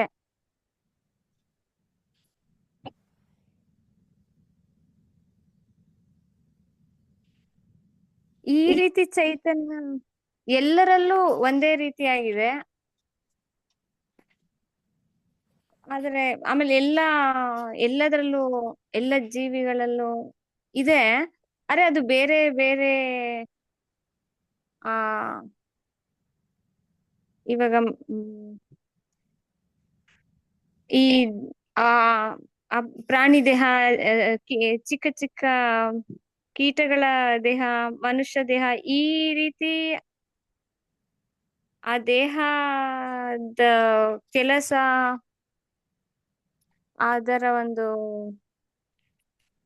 ಅದ್ರ ಮೂಲಕ ಆ ಚೈತನ್ಯ ಬೇರೆ ಬೇರೆಯಾಗಿ ಕಾಣಿಸ್ತಾ ಇದೆ. ಇವಾಗ ಪ್ರಾಣಿ ದೇಹದಲ್ಲಿದ್ರೆ ಪ್ರಾಣಿಯಾಗಿ ಕಾಣಿಸುತ್ತೆ, ಮನುಷ್ಯ ದೇಹದಲ್ಲಿದ್ರೆ ಮನುಷ್ಯನ ಹಾಗೆ ಕಾಣಿಸುತ್ತೆ. ಬಟ್ ಆ ಚೈತನ್ಯ ಇರೋದ್ರಿಂದಾನೇ ಆ ಚೈತನ್ಯ ಅಂತ ಅದು ಇದೆ, ಹೇಳಿ ಹೇಳಿ. ಆ ಚೈತನ್ಯ ಇದೆ. ಅದೇ ಇವಾಗ ಈ ದೇಹದ ಮೂಲಕ ಏನಾದ್ರು ಮಾಡಿದಾಗ ಆ ದೇಹದ ಮೂಲಕ ಮಾಡ್ತಾ ಇರೋದು, ಆದ್ರೆ ಅದರಲ್ಲಿ ಅದೊಂದು ಶಕ್ತಿ, ಅದೊಂದು ಚೈತನ್ಯ ಇರೋದ್ರಿಂದ ಆಗ್ತಾ ಇದೆ. ಈಗ ಇದು ನಾನ್ ಮಾಡಿದ್ದು ಅಲ್ಲ, ಈಗ ಅವ್ರು ಮಾಡಿದ್ದು ಅಲ್ಲ, ಅವರಲ್ಲಿ ಅಂತದೊಂದು ಚೈತನ್ಯ ಇದೆ, ನನ್ನಲ್ಲೂ ಒಂದು ಚೈತನ್ಯ ಇದೆ. ಆ ಚೈತನ್ಯ ಅಂತ ಇರೋದ್ರಿಂದ ಅವರಲ್ಲಿರೋ ಚೈತನ್ಯ ನಿಮ್ಗೆ ಕಾಣಿಸಲ್ಲ, ನಿಮ್ಮಲ್ಲಿರೋದು ಮಾತ್ರ ಹೇಳಿ. ಅವರಲ್ಲಿ ಚೈತನ್ಯ ಇದೆ ಇಲ್ಲ ಅನ್ನೋದು ನಿಮಗೆ ಏನು ಆ, ಹೇಳೋ ಅಂತ ಅಗತ್ಯ ಏನಿಲ್ಲ ಇಲ್ಲಿ. ನಿಮಗೆ ಹೇಗೆ ಅನ್ಸುತ್ತೆ ಅನ್ನೋದನ್ನ ಹೇಳಬೇಕು. ಅವರ ಚೈತನ್ಯ ನಿಮಗೆ ಅರ್ಥ ಆಗಲ್ಲ. ಎಲ್ಲವೂ ನನ್ನ ಬಿಟ್ಟು ನನ್ನ ಹೊರತುಪಟ್ಟಿದ್ದ ಎಲ್ಲವೂ ನನಗೆ ವಸ್ತುವೆ. ಯಾವುದು ನನಗೆ ಅದು ಸಬ್ಜೆಕ್ಟ್ ಆಗಲ್ಲ. ನಾನು ಮಾತ್ರ ಸಬ್ಜೆಕ್ಟ್, ಬೇರೆ ಎಲ್ಲನೂ. ಇವಾಗ ನನ್ನ ಮಗು ಅಂತ ಇರಬಹುದು, ಆದರೆ ನನ್ನ ಮಗು ನಾನಾ? ಇಲ್ಲ, ಅದಕ್ಕಿಂತ ನಾನು ಬೇರೆ ಅಂತ ತಾನೇ ನಾನು ತಿಳ್ಕೊಳ್ಳೋದು. ಅದು ನನಗಿಂತ ಬೇರೆ ಹೊರತಾಗಿದ್ದೆ. ಇವಾಗ ನಾನು ಮಾತ್ರ ಸಬ್ಜೆಕ್ಟ್. ಹಾಗೆ ಅಂದ್ರೆ ಇವಾಗ ಅದನ್ನೆಲ್ಲ ನಾನು ಇವೆ ಅಂತಂದ್ಬಿಟ್ಟು ತಿಳ್ಕೊಳ್ತೀನಲ್ವಾ. ಅರಿವಿನಲ್ಲಿ ಅವು ಇವೆ. ಅವು ಏನೇ ಆಗಿರ್ಬೋದು, ಮನುಷ್ಯರೇ ಆಗಿರ್ಬಹುದು, ಪ್ರಾಣಿಗಳಾಗಿರ್ಬಹುದು, ವಸ್ತುಗಳು ಏನೇ ಆಗಿರಬಹುದು, ಅವೆಲ್ಲ ಇವೆ ಅಂತಂದ್ರೆ ನನ್ನ ಅರಿವಿನಲ್ಲಿ ಇದೆ. ಅವಕ್ಕೆ ಅರಿವು ಇದ್ರೆ ಇರಬಹುದು, ಇಲ್ಲದೆ ಇರಬಹುದು. ಅವಕ್ಕೆ ಸಂಬಂಧಪಟ್ಟಿದ್ದು. ಕೆಲವಕ್ಕಿವೆ, ಕೆಲವಕ್ಕೆ ಇಲ್ಲ ಅಲ್ವಾ. ಸತ್ ಅನ್ನೋದು ಭಗವಂತ ಹೆಂಗೆ ಅಂದ್ರೆ ಅದನ್ನ ನಾಶಿ, ಅದು ಅಸ್ತಿತ್ವ. ಅದಕ್ಕೆ ನಾಶ ಇಲ್ಲ, ನಾಶ ಅನ್ನೋದು ಇಲ್ವೇ ಇಲ್ಲ. ಅರಿವು ಅಷ್ಟೇ. ಹಾಗೆ ಅದು ಸಹ ಸ್ವರೂಪ ಲಕ್ಷಣ. ಆದ್ರೆ ಕೆಲವುದ್ರಲ್ಲಿ ಪ್ರಕಟವಾಗುತ್ತೆ, ಕೆಲವುದ್ರಲ್ಲಿ ಪ್ರಕಟವಾಗಲ್ಲ. ಆದ್ರೆ ಅಸ್ತಿತ್ವ ಹಾಗಲ್ಲ, ಎಲ್ಲದರಲ್ಲೂ ಇದ್ದೇ ಇರುತ್ತೆ. ಅದು ಬೇರೆ ಬೇರೆ ರೂಪಾಂತರಗೊಳ್ಳುತ್ತಷ್ಟೆ. ಇವಾಗ ಒಂದು ಮರ, ಗುರೂಜಿ ಹೇಳಿರೋದು ಚೇರ್ ಸುಟ್ಟು ಹಾಕಿದ್ವಿ ಅಂತಂದ್ರೆ ಅದು ಬೂದಿ ಆಗುತ್ತೆ. ಬೂದಿನ ತಗೊಂಡೋಗಿ ಒಂದ್ ಕಡೆ ಹಾಕಿದ್ವಿ ಅಂದ್ರೆ ಅದು ಗೊಬ್ಬರ ಆಗುತ್ತೆ. ಅದು ಮತ್ತೆ ಏನೋ ಆ ಗೊಬ್ಬರ ಗಿಡವಾಗಿ ಬೆಳೆಯುತ್ತೆ. ಹೀಗೆ ರೂಪಾಂತರಗೊಳ್ಳುತ್ತೆ ಹೊರತು ಅದು ಅವಿನಾಶಿಯಾಗಿ ಇದ್ದೇ ಇರುತ್ತೆ. ಹಾಗೆ ಅರಿವು ಅನ್ನೋದು ಸಹ ನಾನು ಎಲ್ಲ ಕಾಲಗಳಲ್ಲೂ ಇದೆ ಅನ್ನೋದನ್ನ ತಿಳಿಬೋದು. ಅಂದ್ರೆ ಭೂತ ಕಾಲದಲ್ಲಿ, ಭವಿಷ್ಯ ಕಾಲದಲ್ಲಿ, ವರ್ತಮಾನ ಕಾಲದಲ್ಲಿ. ನಾನು ಇವಾಗ ಇಲ್ಲಿದ್ದುಕೊಂಡೆ ನಾನು ಯೋಚನೆ ಮಾಡಿದಾಗ ನಾನು ಯಾವಾಗಲೂ ಸಣ್ಣ ಮಗುವಿನಲ್ಲಿ ಆದಂತಹ ಇನ್ಸಿಡೆನ್ಸಸ್ ಎಲ್ಲನೂ ನನ್ನ ಅರಿವಿಗೆ ಬರುತ್ತೆ. ಅಂದ್ರೆ ಅದನ್ನ ಯೋಚನೆ ಮಾಡೋದೇನು, ಈಗ ತಾನೇ ನಾನು ಯೋಚನೆ ಮಾಡ್ತಾ ಇರೋದು. ಮತ್ತೆ ಮುಂದೆ ಏನೋ ಆಗುತ್ತೆ ಅಂತ ನಾನು ಯೋಚನೆ ಮಾಡ್ತೀನಿ. ಅದು ಸಹ ಈಗ ಯೋಚನೆ ಮಾಡೋದು ವರ್ತಮಾನ ಕಾಲದಲ್ಲಿ. ಹಾಗಾಗಿ ಎಲ್ಲ ಕಾಲದಲ್ಲಿ ಅಲ್ಲೂ ನಾನಿದ್ದೆ, ಅದನ್ನು ಯೋಚನೆ ಮಾಡ್ತೀನಲ್ಲ, ಅಲ್ಲೂ ನಾನಿದ್ದೆ, ಇಲ್ಲೂ ನಾನಿದ್ದೆ, ಮುಂದೆನೂ ನಾನಿದ್ದೆ. ಹಾಗಾಗಿ ಎಂದೆಂದೂ ನಾನು ಇದ್ದೀನಿ ಅಂತಂದ್ಬಿಟ್ಟೆ. ಅದು ಅರಿವು ಅನ್ನೋದು ಭಗವಂತನ ಸ್ವರೂಪ, ಎಂದೆಂದೂ ಇರುತ್ತೆ. ಇದು ಕಾಲಾತೀತವಾದದ್ದು, ಸಚ್ಚಿತ್ ಆನಂದ ಸ್ವರೂಪಿಯಾದ ಭಗವಂತ. ನಾನು ಅನ್ನುವುದು ಕಾಲಾತೀತವಾದದ್ದು. ಚಿತ್ ಅನ್ನೋದು ಅರಿವು.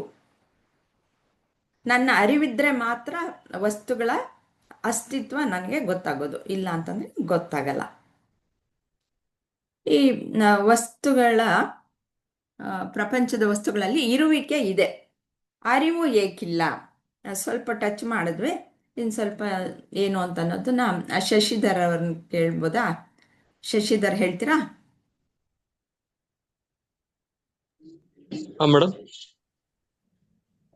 ಪ್ರಪಂಚದ ವಸ್ತುಗಳಲ್ಲಿ ಇರುವಿಕೆ ಇದೆ ಅಂದ್ರೆ ಇವಾಗ ಬೆಟ್ಟ ಗುಡ್ಡ ಎಲ್ಲ, ಮಣ್ಣು ಕಲ್ಲು ಎಲ್ಲ ನೋಡ್ತೀನಿ ಅಲ್ವಾ, ಇದೆ ಅನ್ನೋದು ಗೊತ್ತಾಗುತ್ತೆ. ಅದಕ್ಕೆ ಅರಿವು ಯಾಕಿಲ್ಲ ಅದಕ್ಕೆ? ಅವುಗಳಲ್ಲಿ ಜೀವ ಇಲ್ವಲ್ಲ ಮೇಡಮ್, ಚೈತನ್ಯ. ಅದೇ ಜೀವ ಅಂದ್ರೆ ಹೇಗೆ? ಅದು ಸ್ವಲ್ಪ ಇದಾಗಿ ವಿಶದವಾಗಿ ಎಕ್ಸ್ಪ್ಲೇನ್ ಮಾಡ್ತೀರಾ? ಅದು ನಿರ್ಜೀವಿಗಳಲ್ವಾ ಮೇಡಮ್, ಚೈತನ್ಯ ಇದೆಯಲ್ಲ.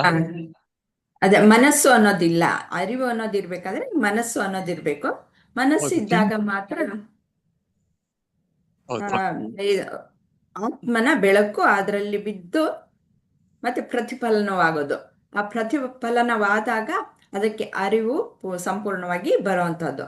ನಮ್ಮ ಮನುಷ್ಯರಲ್ಲಿ ಮತ್ತೆ ಪ್ರಾಣಿಗಳಲ್ಲಿ ಆ ಒಂದು ಚೈತನ್ಯ ಶಕ್ತಿ ಅನ್ನೋದು ಯಾತಕ್ಕೆ ಕಂಡು ಬರ್ತಾ ಇದೆ ಅಂತಂದ್ರೆ, ಈ ಆತ್ಮನ ಬೆಳಕು ಮನಸ್ಸಿನ ಮೇಲೆ ಪ್ರತಿಫಲಿತವಾಗುತ್ತೆ. ಆ ಒಂದು ಚೈತನ್ಯ ಶಕ್ತಿ ನಮ್ಮ ಸಂಪೂರ್ಣ ದೇಹ ಮನಸ್ಸು ಎಲ್ಲವಕ್ಕೂ ಚೈತನ್ಯವನ್ನು ಕೊಟ್ಟು ಅವುಗಳು ಕಾರ್ಯನಿರತವಾಗೋದಕ್ಕೆ ಸಹಾಯಕವಾಗುತ್ತೆ.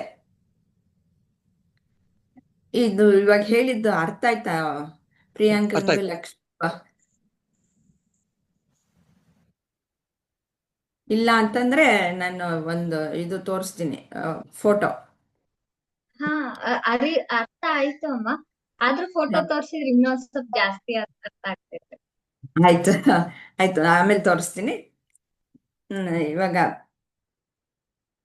ಆನಂದ ಅಂತಂದ್ರೆ ಈಗಾಗಲೇ ಡಿಸ್ಕಸ್ ಮಾಡಿದ್ವಿ. ಆನಂದ ಅನ್ನೋದು ವಸ್ತುಗಳಲ್ಲಿಲ್ಲ. ಇನ್ನೊಂದ್ಸತಿ ಯಾರಾದ್ರೂ ಹೇಳ್ತೀರಾ? ಸಾವಿತ್ರಿಜಿ ಹೇಳ್ತೀರಾ? ಕುರ್ಚಿ ಅನಂತ ಹೇಗೆ ಅನ್ನೋದು ಹೇಳ್ಬಿಟ್ವಿ. ಚಿಟ್ಕ ಆನ್ಸರ್. ನಮ್ಗೆ ಚಿಟ್ಕ ಬದಲು ಜಾಸ್ತಿ ಹೇಳ್ಕೊಂಡು ಅಭ್ಯಾಸ ಆಗೋಗಿರೋದಕ್ಕೆ ಎಲ್ಲ ಕವರ್ ಮಾಡ್ಬಿಟ್ಟಿರ್ತೀವಿ. ಹೌದು, ಸಾವಿತ್ರಿ ಕವರ್ ಮಾಡ್ಬಿಟ್ಟಿದ್ದೀರಾ. ಆನಂದ ಅನ್ನೋದು ನನ್ನ ಸ್ವರೂಪ ಲಕ್ಷಣವೇ. ಸಂತೋಷ ಅನ್ನೋದು ಬಂದು ಹೋಗುವಂತಹದ್ದು. ಆದ್ರೆ ಆನಂದ ಅನ್ನೋದು ಅನಂತ ಅಂತ ತಿಳ್ಕೊಳ್ಬೇಕು. ಅಲ್ಲಿ ಪೂರ್ಣತೆ ಅನ್ನೋದು ಇದೆ. ಆನಂದವನ್ನ ಅನಂತ ಅಂತ ನಾನು ಅರ್ಥ ಮಾಡ್ಕೊಳ್ಬೇಕು. ಕುರ್ಚಿ ಅನಂತ ಹೆಂಗಾಗತ್ತೆ ಅಂತಂದ್ರೆ, ಸುಟ್ಟು ಹಾಕಿದ್ರೆ ಅದು ರೂಪ ಪರಿವರ್ತನೆ ಆಗುತ್ತೆ ಹೊರತು ಅದು ಸದಾಕಾಲ ಅದು ಅಸ್ತಿತ್ವ ಅನ್ನೋದು ನಾಶವಾಗಲ್ಲ, ಇದ್ದೇ ಇರುತ್ತೆ. ಅದು ಅಸ್ತಿತ್ವಕ್ಕೆ ಸೀಮಿತತೆ ಇಲ್ಲ. ಅದು ಯಾವಾಗ್ಲೂ ಇರುವಂತಹದ್ದು, ಸರ್ವವ್ಯಾಪಿಯಾಗಿರುವಂತಹದ್ದು.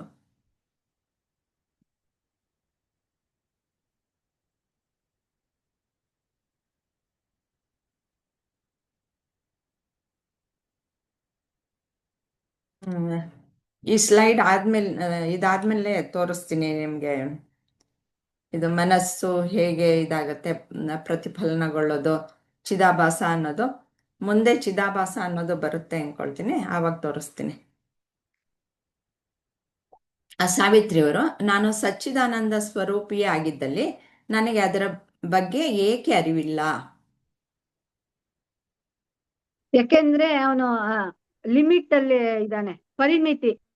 ದೇಹ ಮನ ಬುದ್ಧಿಗಳು ಅನ್ನೋ ಒಂದು ಅಜ್ಞಾನದಲ್ಲಿರೋದ್ರಿಂದ ನಾನು ಇಷ್ಟೇ ಅಂತ ತಿಳ್ಕೊಂಡಿರ್ತಾನೆ. ಆ ಭಗವಂತನ ಸ್ವರೂಪ, ಅವನ ಆನಂದ ಸ್ವರೂಪ ಅವನೇ ಆಗಿದ್ದಾನೆ ಅಂದ್ರೆ ಅದು ಅನಂತವಾಗಿದೆ. ಹಾಗಾಗಿ ಆ ಭಗವಂತನ ಗುಣ ಲಕ್ಷಣಗಳನ್ನ ಅವನು ತಿಳ್ಕೊಂತ ಹೋದಾಗ ಅವನಿಗೆ ಅದ್ರ ಬಗ್ಗೆ ಗೊತ್ತಾಗತ್ತೆ. ಅವನು ಪರಿಮಿತಿನಲ್ಲಿ ಇರೋದ್ರಿಂದ ಅವನಿಗೆ ಅರಿವಾಗ್ತಾ ಇದ್ದ. ಆ ಸಚ್ಚಿದಾನಂದ ಸ್ವರೂಪಿ ಅವನೇ ಆಗಿದ್ರು ಕೂಡ ಅವನ್ಗೆ ಅರಿವಾಗ್ತಾ ಇಲ್ಲ. ಅದನ್ನ ಆನಂದ ಆಗ್ತಾ ಇದೆ ಅಂತ ಹೇಳ್ತಾನಲ್ವಾ. ಟೀ ಕುಡಿದ್ರೆ ಆನಂದ, ಕಾಫಿ ಕುಡಿದ್ರೆ ಆನಂದ, ನಿದ್ದೆ ಹೋಗಿದ್ರೆ ಆನಂದ ಅವನ್ಗೆ ಸಿಗ್ತಾ ಇದೆ. ಆದ್ರೆ ಅದು ಪರಿಮಿತಿಯಿಂದ ಅವನ್ಗೆ ಗೊತ್ತಾಗ್ತಾ ಇಲ್ಲ. ಅದು ಗುರು ಮುಖೇನ ತಿಳ್ಕೊಬೇಕಾಗಿರತ್ತೆ. ಅವನಿಗೆ ಆನಂದ ಸ್ವರೂಪಿ ನಾನೇ ಅನ್ನೋದು ಅರಿವಾಗ್ತಾ ಇಲ್ಲ ಅವನಿಗೆ. ಉಪಾಧಿಗಳು ಇಂದ ಅವನಿಗೆ ಅವುಗಳು ಏನ್ ಮಾಡುತ್ತವೆ ಅಂತಂದ್ರೆ, ಅವುಗಳ ಒಂದು ಲಕ್ಷಣವನ್ನ ಆತ್ಮನ ಮೇಲೆ ಹೇರ್ಬಿಡೋದ್ರಿಂದ ನಾನು ಪರಿಮಿತ ಅನ್ನೋ ಭಾವನೆ ಬರುತ್ತೆ. ಈ ಉಪಾಧಿ ಅನ್ನೋದು ನೀವೇನು ಆರೋಪವಾಗಿರೋದ್ರಿಂದ ಅವನಿಗೆ ಹಂಗೆ ಆಗ್ತಾ ಇರತ್ತೆ. ಇದು ನಂದು ಸರಿಯಾಗಿ ಬರ್ತಾ ಇದೆಯಾ ವಿಡಿಯೋ ಎಲ್ಲಾನು? ಬರ್ತಾ ಇಲ್ಲ ಅನ್ಸುತ್ತೆ. ಯಾಕೆ? ಇಲ್ಲ, ಆವಾಗ್ಲಿಂದ ಏನೋ ಆಗಿದೆ, ಅದು ಗೊತ್ತಿಲ್ಲ. ಹೌದು, ಅದೇನೋ ಆಗಿದೆ. ಪರವಾಗಿಲ್ಲ, ಹೇಳಿ. ಆಡಿಯೋ ಇದೆಯಲ್ಲ. ಸರಿ, ಆಯ್ತು. ಹರಿವಂಶ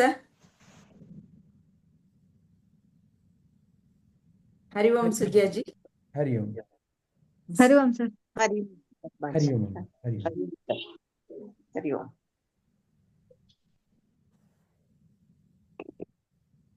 ಸಾವಿತ್ರಿಜಿ, ಉಪಾಧಿ ಅಂದ್ರೆ ಏನು ಅಂತ ಹೇಳಿ. ಉಪಾಧಿ ಅಂದ್ರೆ ಒಂದು ವಸ್ತು, ಅದೇ ಇವಾಗ ಪ್ರಭುಜಿಯವರು ಹೇಳಿರೋದು, ಆ ನೀರಿಗೆ ನಾವು ಕಾಫಿ ಪುಡಿ ಸಕ್ಕರೆ ಅದು ಸೇರಿಸಿದಾಗ ಅದು ಕಾಫಿ ಆಗತ್ತೆ. ಆದ್ರೆ ಅದು ಆ ನೀರಿನ ಗುಣ ಅದು ಕಳ್ಕೊಳಲ್ಲ. ನೀರು ಹಾಗೆ ಅಂತ. ಟೀ ಕೂಡ ಅದೇ ತರ ಅಂತ ಹೇಳತ್ತೆ. ನೀರಿನ ಇದ್ರಲ್ಲಿ ಲಕ್ಷಣ ಉಪಾಧಿ ಅದು. ಯಾವುದು?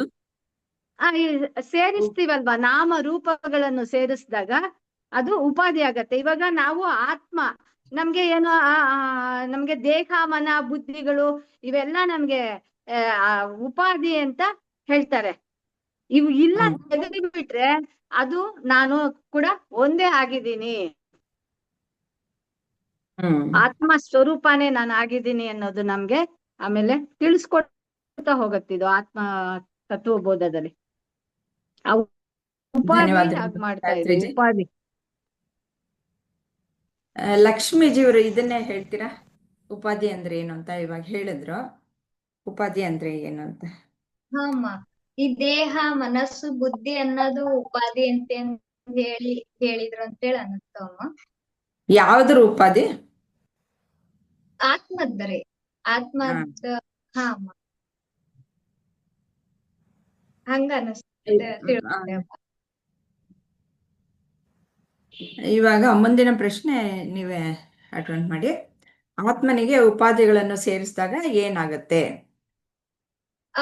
ನಮ್ಗ ಇವಾಗ ಹೆಂಗ ಒಂದ್ ಕನ್ನಡಿ ಮೇಲೆ ಧೂಳು ಕುಂತಾಗ ಆತ್ಮಜ್ಞಾನದ ಅರಿವು ಆಗೋದಿಲ್ಲೋ, ಅದ ತರ ನಮಗ ನಾವು ದೇಹ ಮನಸ್ಸು ಬುದ್ಧಿ ಅಂತಂದ್ ಇದ್ದಾಗ ನಮಗ ಆತ್ಮದ ಅರಿವು ಆಗೋದಿಲ್ಲ ಅಂತಂದ್ ಹೇಳಿ ಆ ತರ ನನಗ್ ತಿಳಿತಮ್ಮ. ಯಾವಾಗ ನಮ್ ಕನ್ನಡಿನ ನಾವು ಸ್ವಚ್ಛಗೆ ಒರಿಸಿ ನೋಡ್ಕೊಂತೇವೋ ಅವಾಗ ನಮ್ಗ ಅರಿವಿಗ್ ಬರ್ತೈತಿ ಅಂತಂದ್ ಹೇಳಿ ಹಂಗ ಅನಸ್ತಮ್ಮ. ಇವಾಗ ನಾವ್ ಇದು ಕ್ಲಾಸ್ ಇಂಥವೆಲ್ಲ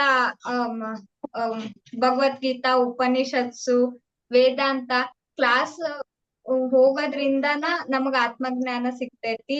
ಅದ್ರಿಂದ ಉಪಾಧಿ ಈಗ ನಾನು ದೇಹ ಮನಸ್ಸು ಬುದ್ಧಿ ಅಲ್ಲ ಅಂತಂದ್ ಹೇಳಿ ಅರಿವಿಗ್ ಬರ್ತೈತಿ ಅಂತ ಹೇಳಿ ನನಗ ಹಂಗ ಅನಸ್ತವಮ್ಮ.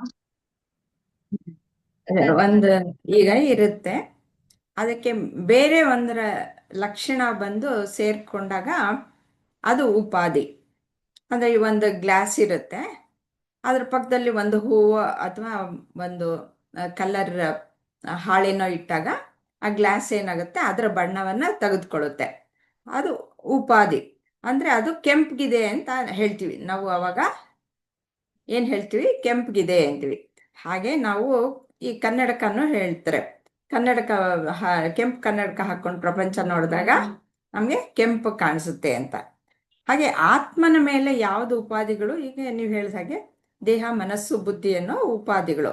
ಅವಾಗ ಏನ್ ಮಾಡುತ್ತೆ, ನಾನ್ ದೇಹ ಅನ್ಕೊಂಡಾಗ, ನನ್ಗೆ ದೇಹ ಆದಾಗ ನಾನು ಹುಟ್ಟದೆ ಬೆಳೆದೆ, ಆಮೇಲೆ ಒಂದಿನ ಸತ್ತೋಗ್ತೀನಿ ಅಂತಂದ್ಬಿಟ್ಟು ನಾನು ಶಾಶ್ವತ ಅಲ್ಲ ಅನ್ನೋ ಭಾವನೆ ಬರುತ್ತೆ. ಹಾಗೆ ನನಗೆ ಮನಸ್ಸಿಗೂ ಅಷ್ಟೇ, ನನಗೆ ದುಃಖ ಅನ್ನೋದು ಸುಖ ಅನ್ನೋದು ಎಲ್ಲ ಆಗ್ತಾ ಇರುತ್ತೆ. ಹಾಗಾಗಿ ಆತ್ಮನಿಗೆ ಸುಖ ದುಃಖಗಳಾಗ್ತಾ ಇದೆ ಅನ್ನೋ ಭಾವನೆ ಆತ್ಮನಿಗೆ ಇದೆ ಅಂತಂದ್ಬಿಟ್ಟು ಆ ಉಪಾಧಿಗಳಿಗೆ ಏನು ಲಕ್ಷಣ ಇದೆಯೋ ಅದನ್ನು ಇದ್ರ ಮೇಲೆ ಹೇರಿಬಿಡ್ತೀವಿ. ಹಾಗೆ ನಮಗೆ ಜ್ಞಾನವೂ ಅಷ್ಟೇ, ನಾನು ಪರಿಮಿತ ಜ್ಞಾನ, ನನಗೆ ಅದು ಗೊತ್ತಿಲ್ಲ ಇದು ಗೊತ್ತಿಲ್ಲ, ಅದನ್ನು ತಿಳ್ಕೊಳ್ಬೇಕು ಇದನ್ನು ತಿಳ್ಕೊಳ್ಬೇಕು, ಮತ್ತೆ ಆಲೋಚನೆಗಳು ಬರ್ತಾ ಇದೆ ನನಗೆ.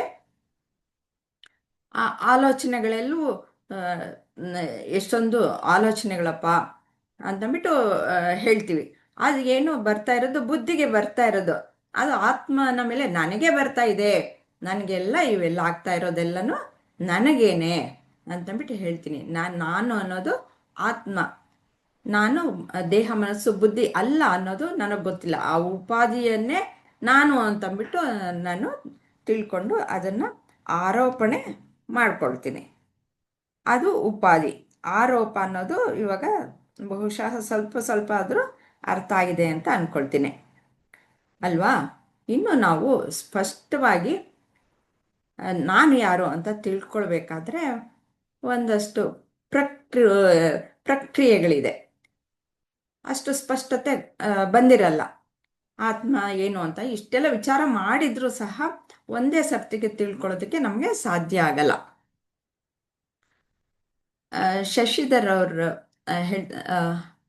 ಶಶಿಧರ ಅಲ್ವಾ?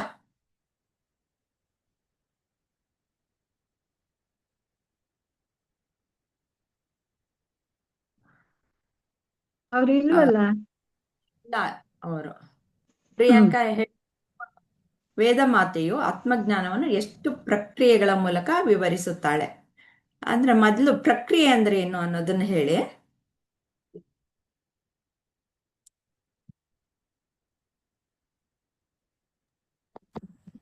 ಅಮ್ಮ ಹೇಳ್ತೀನಮ್ಮ. ಹ್ಮ್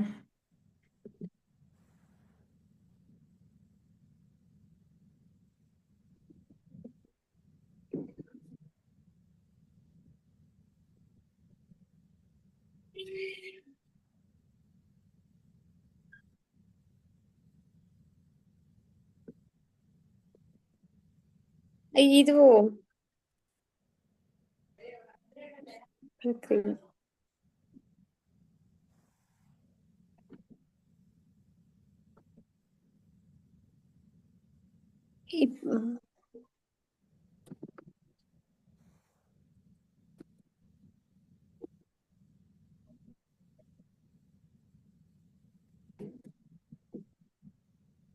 ಪ್ರಕ್ರಿಯೆ ಅನ್ನೋದು ಇದು ವೇದಾಂತದ ರೀತಿಯಮ್ಮ. ಹ್ಮ್ ಅಂದ್ರೆ ಇದ್ರ ಮುಖಾಂತರ ಆತ್ಮ ಅಂದ್ರೆ ಏನು ಅನ್ನೋದನ್ನ ತಿಳಿಸ್ಕೊಡ್ತಾರೆ ಗುರುಗಳು. ಅಲ್ಲಮ್ಮ, ಈಗ ಶಾಸ್ತ್ರಗಳನ್ನೇ ಉದಾಹರಣೆಗೆ ಕಾಫಿ, ಈ ಕಾಫಿ ಮಾಡುವಾಗ ಕಾಫಿ ಪೌಡರು, ಸಕ್ಕರೆ, ನೀರು ಇರುತ್ತೆ. ಆದ್ರೆ ಈಗ ಇದು ನೀರು ಅನ್ನೋದು ಅದು ಏನು ಅಂತಂದ್ರೆ ಅದು ಉಪಾಧಿ. ನೀರು ಅನ್ನೋದು ನಾವು ಆತ್ಮ ಅಂತ ತೆಗೆದುಕೊಂಡಾಗ ಇದೆಲ್ಲನೂ ಸಕ್ಕರೆ ಮತ್ತು ಕಾಫಿ ಪುಡಿ ಎಲ್ಲ ಉಪಾಧಿಗಳು, ಅದರ ರುಚಿ ಬಣ್ಣನ ತಕೊಂಡ್ಬಿಡುತ್ತೆ ಅಂತಂದ್ಬಿಟ್ಟು. ಆದರೆ ನಿಜವಾಗ್ಲೂ ಅಲ್ಲಿ ನೋಡಿದ್ರೆ ನೀರಿಗೆ ಯಾವ ಬಣ್ಣನೂ ಹತ್ಕೊಂಡಿರಲ್ಲ, ಅದನ್ನು ಅದೇ ಬೇರೆ ಅಂತಂದ್ಬಿಟ್ಟು ಹೇಳೋದಕ್ಕೆ. ಈ ಪ್ರಕ್ರಿಯೆಗಳು ಅಂತಂದ್ರೆ ಹೇಗೆ ಅಂದರೆ ನನಗೆ ಇವಾಗ ಆತ್ಮ ಅನ್ನೋದು ಸ್ಪಷ್ಟವಾಗಿ ನನಗೆ ಗೊತ್ತಾಗ್ತಾ ಇಲ್ಲ. ಅದಕ್ಕೋಸ್ಕರ ಗುರುಗಳು ಏನು ಮಾಡ್ತಾರೆ, ನಮಗೆ ಪ್ರಮಾಣಗಳು ಅಂತಂದರೆ ವೇದಾಂತದಲ್ಲಿ ಹೇಳುತ್ತೆ ತತ್ವಮಸಿಯಪ್ಪ ಅಂತಂದ್ಬಿಟ್ಟು ಅಂತ. ಅಂದರೆ ನೀನು ಆ ಪರಬ್ರಹ್ಮ ಸ್ವರೂಪಿ ಅಂತ. ಆದರೆ ನನಗೆ ಗೊತ್ತಾಗಲ್ಲ. ಅದಕ್ಕೋಸ್ಕರ ಏನು ಮಾಡ್ತಾರೆ, ಒಂದು ಉದಾಹರಣೆ ಕೊಟ್ಟಿದ್ದಾರೆ. ಇವಾಗ ಅರುಂಧತಿ ನಕ್ಷತ್ರವನ್ನು ತೋರಿಸ್ಬೇಕಾದ್ರೆ ಅದು ತುಂಬ ಸೂಕ್ಷ್ಮವಾದಂಥದ್ದು, ಸಣ್ಣದು, ಅದು ಗೊತ್ತಾಗಲ್ಲ. ಇವಾಗ ನೋಡಿದ ತಕ್ಷಣ ಅದು ಗೊತ್ತಾಗಲ್ಲ, ಬೇರೆ ಎಲ್ಲ ಏನೇನೋ ಇರುತ್ತೆ ಅಲ್ವಾ. ಅದಕ್ಕೆ ಚಂದ್ರನ ಮೊದಲು ತೋರಿಸ್ಬಿಟ್ಟು ಅದರ ಪಕ್ಕದಲ್ಲಿ ಒಂದು ಸಣ್ಣ ನಕ್ಷತ್ರ ಇದೆ ನೋಡು, ಅದು ಅರುಂಧತಿ ನಕ್ಷತ್ರ ಅಂತಂದ್ಬಿಟ್ಟು. ಹಾಗೆ ನೋಡು, ಅದಲ್ಲ ಅದಲ್ಲ ಅದಲ್ಲ ಅಂತ ಎಲ್ಲ ತೆಗೆದ್ಬಿಟ್ಟು ಮೊದಲು ಯಾವ್ಯಾವುದನ್ನು ತೋರಿಸಿ ನೋಡು, ಇದು ಅಲ್ಲ ಇದು ಅಲ್ಲ ಅಂತ ತೋರಿಸಿ ಕೊನೆಗೆ ಯಾವುದೋ ಒಂದು ಉಳಿಯುತ್ತಲ್ಲ ಅದು ನೀನು ಅಂತಂದ್ಬಿಟ್ಟು ತೋರಿಸ್ತಾರೆ. ಕೊನೆಗೆ ಅದರ ಇದು ನಮಗೆ ಮನದಟ್ಟಾಗತ್ತೆ, ನಾನು ಆತ್ಮ ಅನ್ನೋದು ಮನದಟ್ಟಾಗುತ್ತೆ. ಆ ಒಂದು ಏನು ಕ್ರಿಯೆ ಇದೆಯಲ್ಲ, ಪ್ರಕ್ರಿಯೆ ಇದೆಯಲ್ಲ, ಅದನ್ನು 4 ರೀತಿಯಲ್ಲಿ ಆ ಪ್ರಕ್ರಿಯೆಗಳು, 3 ರೀತಿಯಲ್ಲಿ ಪ್ರಕ್ರಿಯೆ ಇದೆ. ಅದನ್ನ ಆತ್ಮ ಅನಾತ್ಮ ವಿವೇಕ ಅದೆಲ್ಲ ಗೊತ್ತಿದೆ ಅಲ್ವಾ, ಮುಂದೆ ಬರುತ್ತೆ. ಈ ಪ್ರಕ್ರಿಯೆಗಳಲ್ಲಿ ಎಷ್ಟು ವಿಧಗಳು ಅನ್ನೋದನ್ನ ಹೇಳಿ.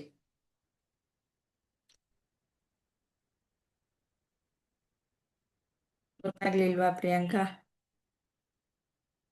ಸುಜಿಯಾಜಿ ಹೇಳ್ತಾರೆ ಬಿಡಿ, ಆಮೇಲೆ ಇನ್ನೊಂದ್ಸತಿ ನೀವು ಹೇಳಿದ್ರೆ ಆವಾಗ ಸರಿಯಾಗಿ ಅರ್ಥ ಆಗುತ್ತೆ. ಸುಜಿ ಅವ್ರು ಹೇಳ್ತೀರಾ?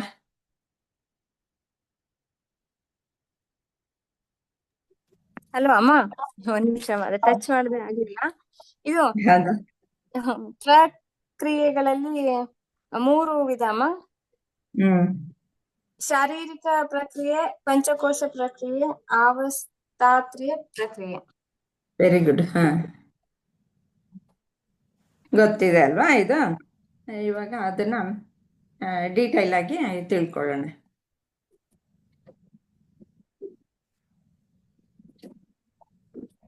ಇವಾಗ ಮೊದಲು ಶರೀರ ತ್ರಯ ಪ್ರಕ್ರಿಯೆ ಮುಖಾಂತರ ನಾವು ದೇಹಾತ್ಮ ಅನ್ನೋದು ಹೇಗೆ, ಇವುಗಳನ್ನೆಲ್ಲ ನಾವು ದೇಹಾತ್ಮ ಬುದ್ಧಿ ಅಂದ್ರೇನು ಇವೆಲ್ಲ ತಿಳ್ಕೊಂಡು ಬರೋಣ. ಒಬ್ಬ ಜೀವಿಗೆ ಎಷ್ಟು ಶರೀರಗಳು ಇವೆ, ಅವು ಯಾವುವು? ವೀಣಾಜಿ?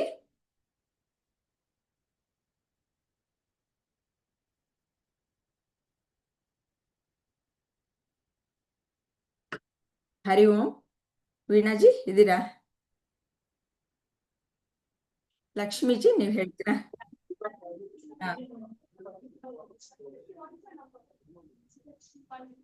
ಸಾರಿ ಅಮ್ಮ, ನೀವು ಕಂಟಿನ್ಯೂ ಮಾಡಿ. ವೀಣಾ ಅವ್ರು ಹೇಳಿದ್ರೆ ಸರಿ, ಇಲ್ಲ ಅಂದ್ರೆ ನೀವು ಹೇಳಿ.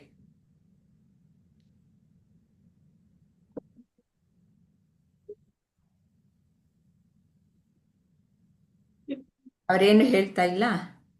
ವೀಣಾ ಅವ್ರು ಹೇಳ್ತಾ ಇದ್ದೀರಾ?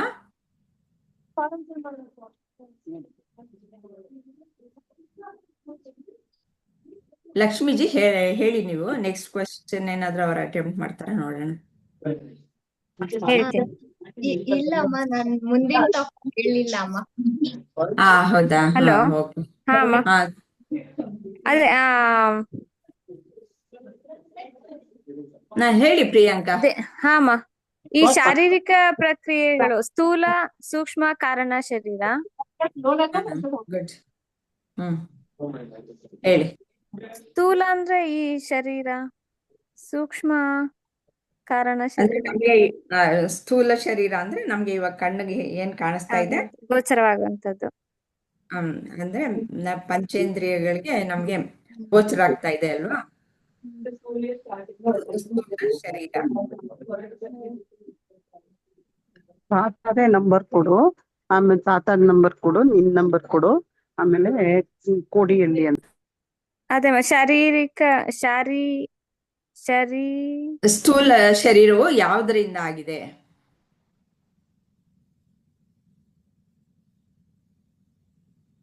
ಪಂಚಭೂತಗಳಿಂದ.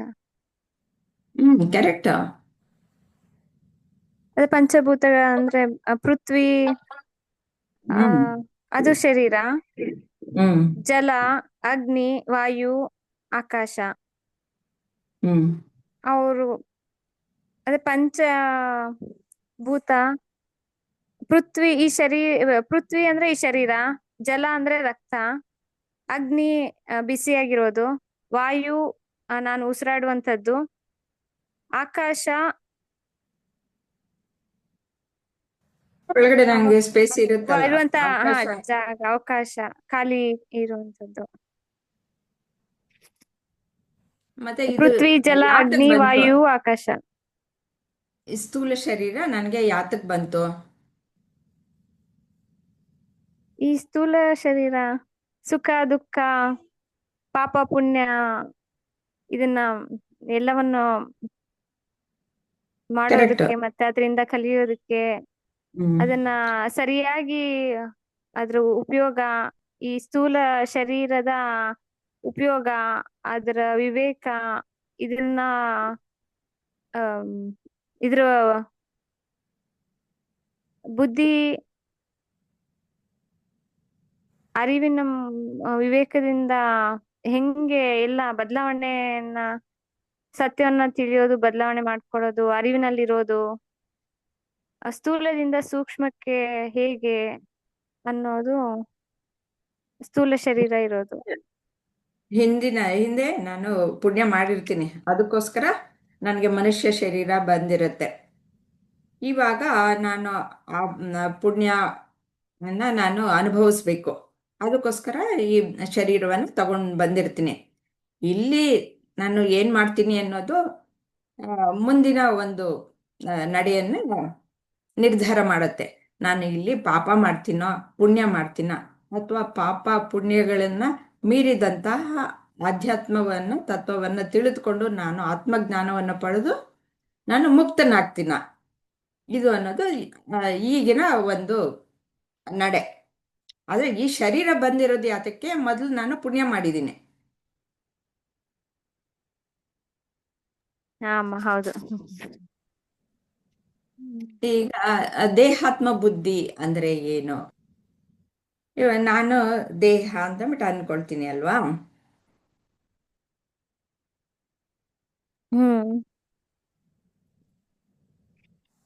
ಅದೇನ್ ಸ್ವಲ್ಪ ಹೇಳ್ತೀರಾ?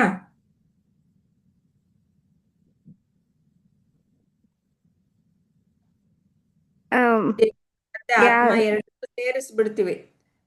ಯಾತಕ್ಕೆ ಅಂದ್ರೆ ದೇಹನೇ ಕಾಣಿಸ್ತಾ ಇರೋದು. ಹೌದು, ಇವಾಗ ದೇಹನೂ ನಾನು ನಾನೇ ಅಂತ ಅನ್ಕೊಂಡಿದೀನಿ. ಯಾತಕ್ಕೆ ಅಂದ್ರೆ ನನ್ಗೆ ಅದೇ ಕಾಣಿಸ್ತಾ ಇರೋದು.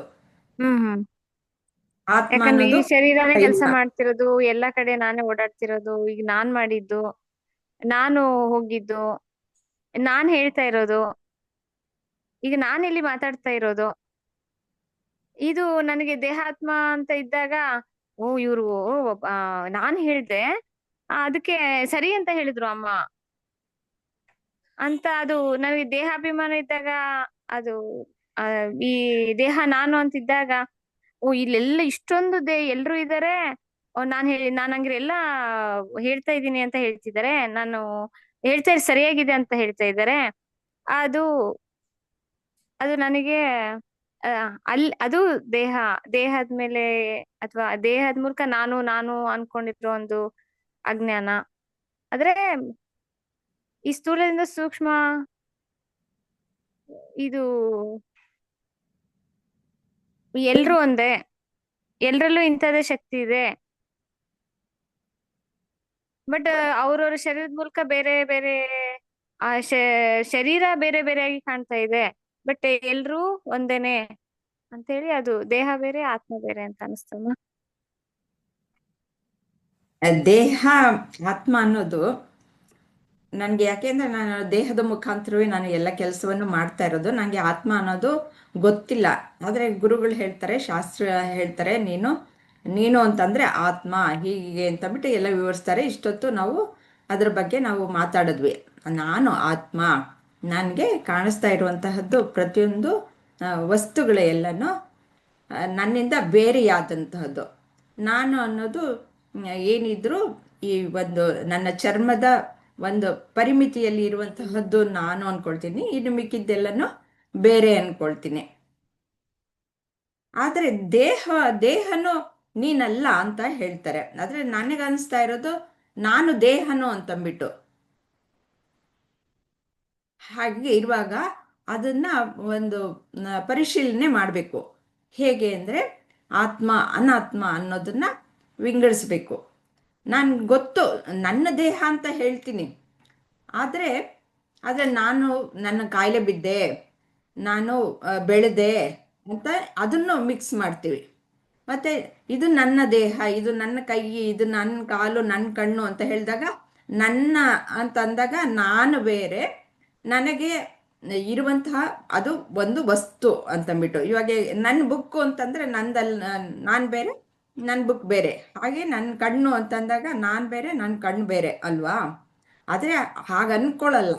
ಈ ಚರ್ಮದಿಂದ ಒಳಗಡೆ ಇರುವಂಥದ್ದೆಲ್ಲ ನನ್ನದೇ ಅನ್ಕೊಂಡ್ಬಿಡ್ತೀನಿ. ಅದಕ್ಕೋಸ್ಕರ ಅದು ಹೇಗೆ ವಿವೇಕದಿಂದ ನಾನು ಅನಾತ್ಮವನ್ನ ಆತ್ಮವನ್ನ ಬೇರೆ ಬೇರೆ ಮಾಡಬೇಕು. ಹೀಗೆ 4 ವಿಧದಲ್ಲಿ 4 ವಿವೇಕಗಳು ಇದೆ. ಏನು? ಆತ್ಮ ಅನಾತ್ಮ, ನಿತ್ಯ ಅನಿತ್ಯ, ಮತ್ತೆ ಜಡ ಚೈತನ್ಯ, ಸತ್ಯ ಮಿಥ್ಯ. ಈ 4 ವಿವೇಕಗಳಿಂದ ಹೇಗೆ ನಾನು ದೇಹ ಅಲ್ಲ, ದೇಹಕ್ಕಿಂತ ಹೊರತಾಗಿದ್ದು ನಾನು ಅನ್ನೋದನ್ನ ತಿಳ್ಕೊಳ್ಬೇಕು. ಸುಜಾಜಿ, ನೀವು ಏನ ಹೇಳ್ತೀರಾ? ಆತ್ಮ ಅನಾತ್ಮ ವಿವೇಕ ಹೇಳ್ತೀರಾ?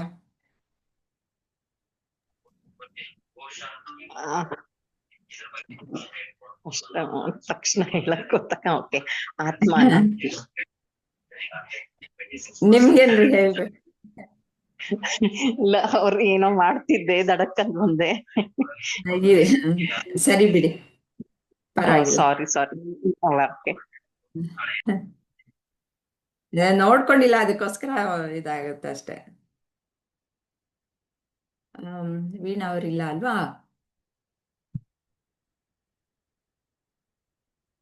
ಲಕ್ಷ್ಮಿ ಅವರೇ ಹೇಳಿ. ಹಾ.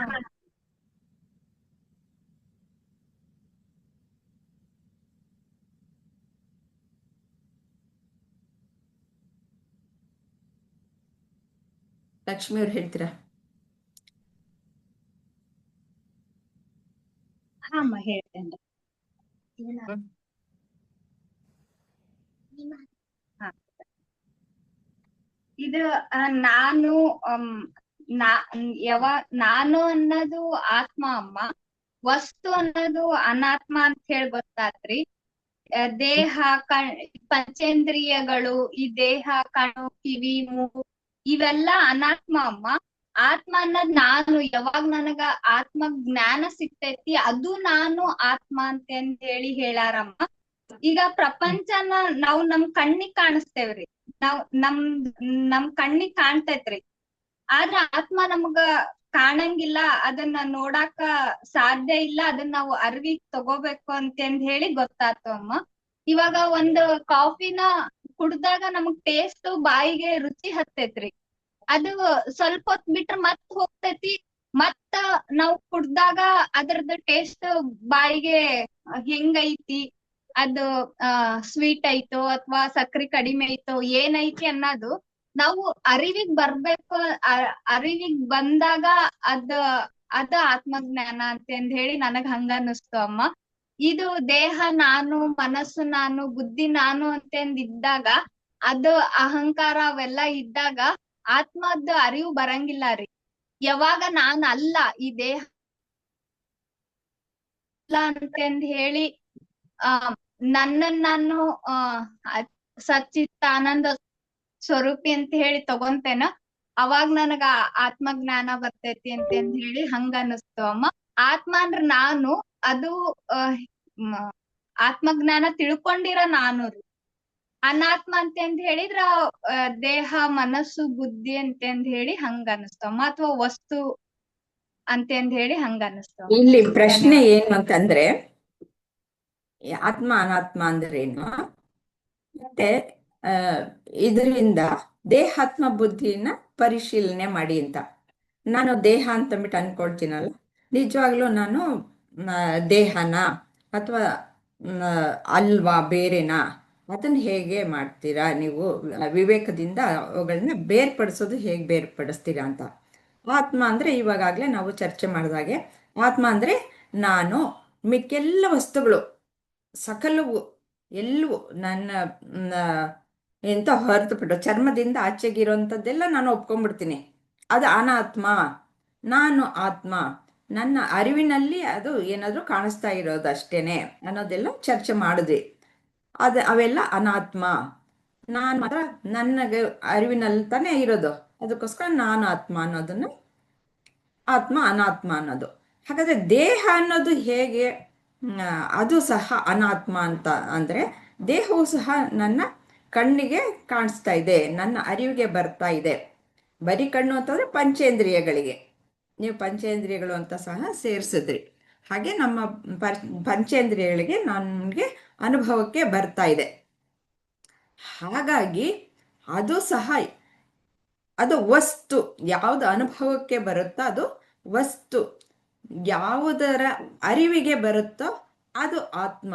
ಅದರಿಂದ ಅದು ದೇಹ ಸಹ ಒಂದು ವಸ್ತುವೇನೆ, ಅದನ್ನು ಅನಾತ್ಮ, ಅದು ಆತ್ಮ ಅಲ್ಲ ಅಂತಂದ್ಬಿಟ್ಟು ನಾನು ವಿವೇಕದಿಂದ ತಿಳ್ಕೊಳ್ಬೇಕು. ಹಾಗೆಯೇ ಈ ದೇಹ ಅನ್ನೋದು ಬೇರೆ, ನಾನು ಬೇರೆ ಅನ್ನೋದು ನಿತ್ಯ ಅನಿತ್ಯ ವಿವೇಕದಿಂದ ಹೇಗೆ ಬೇರ್ಪಡಿಸ್ತೀರಾ ಅನ್ನೋದನ್ನ ಇವರ ಸಾವಿತ್ರಿಜಿ ಹೇಳ್ತೀರಾ? ಗೊತ್ತಾಯ್ತಲ್ವಾ ಇವಾಗ? ನಿತ್ಯ ಅನಿತ್ಯ ವಸ್ತುವನ್ನು ಬೇರ್ಪಡಿಸೋದ ಪದ್ಮಾಗಿ? ಅದ ನನ್ನ ಮೊಬೈಲ್ ನಲ್ಲಿ ಲಕ್ಷ್ಮಿ ಲಕ್ಷ್ಮಿ ಅವ್ರಿಗೆ ಇಲ್ಲ ಆಗ್ತಾ ಇಲ್ವಾ? ನಿತ್ಯ ಅನಿತ್ಯ ವಸ್ತು. ಹಾ, ನಿತ್ಯ ನಿತ್ಯ ಅನಿತ್ಯ ಹೇಳಿ. ನಿತ್ಯ ಅಂತಂದ್ರೆ ಯಾವಾಗ್ಲೂ ಇರ್ತದೆ. ನಿಮ್ದು ನಂದೇ ಪ್ರಾಬ್ಲಮ್. ಹೋಗ್ತಾ ಇದ್ದಾನೆ ಅಂತ ಅದನ್ನ ಸರಿಪಡಿಸೋದು ಅಂತಂದ್ರೆ ಏನು ಹೇಳಿದ್ರ? ನಂಗೆ ಸರಿಯಾಗಿ ಕೇಳಿಸ್ತಾ ಇಲ್ಲ, ಅದಕ್ಕೆ ನಂದು ಪ್ರಾಬ್ಲಮ್ ನಿಮ್ ಕಡೆಯಿಂದ ಪ್ರಾಬ್ಲಮ್ ಗೊತ್ತಾಗ್ಲಿಲ್ಲ. ಅಲ್ಲ, ಇಂಟರ್ನೆಟ್ ಅವ್ರ ಪ್ರಾಬ್ಲಮ್, ಸಾವಿತ್ರಿ ಅವ್ರ ಪ್ರಾಬ್ಲಮ್. ಹ್ಮ್.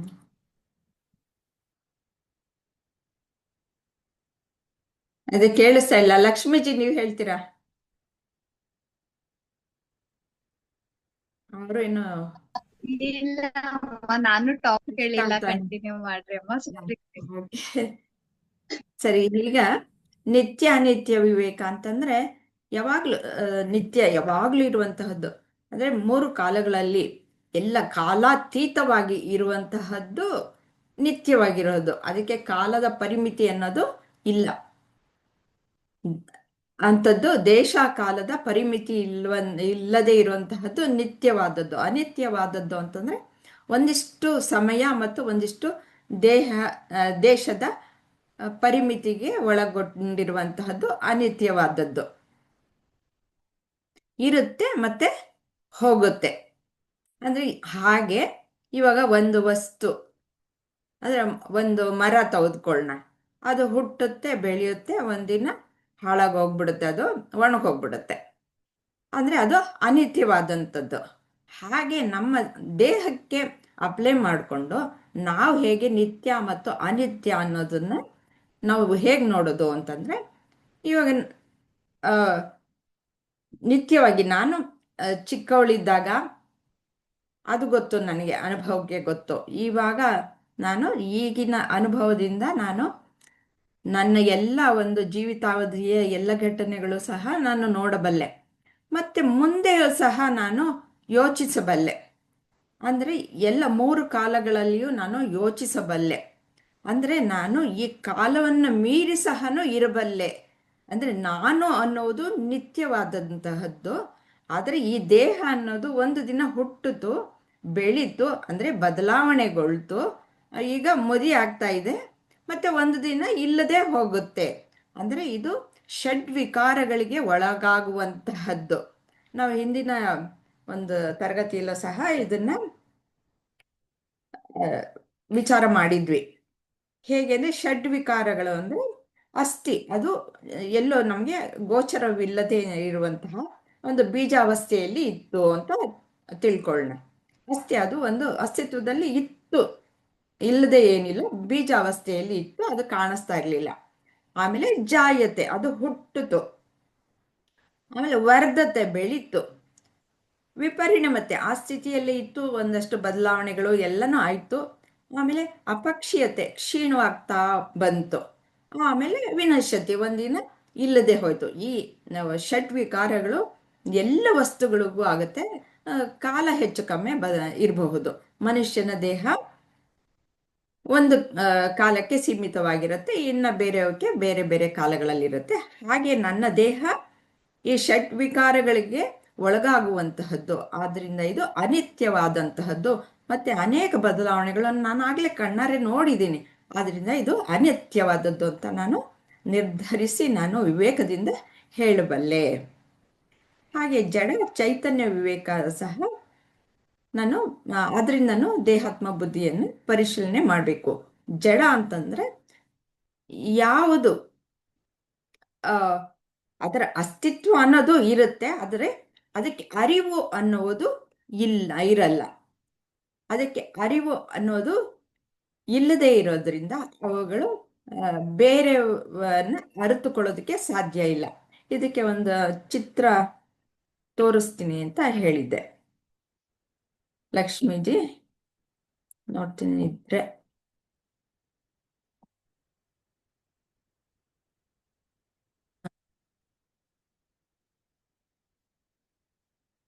ಅವ್ರು ಶಶಿಧರ್ ಅವರು ಹೇಳಿದ್ರಲ್ವಾ, ಅಲ್ಲಿ ಮನಸ್ಸಿರಲ್ಲ, ಕಲ್ಲು ಮಣ್ಣಲ್ಲಿ ಮನಸ್ಸಿರಲ್ಲ, ಅದಕ್ಕೋಸ್ಕರ ಅವಕ್ಕೆ ಚೈತನ್ಯ ಇರಲ್ಲ ಅಂತ.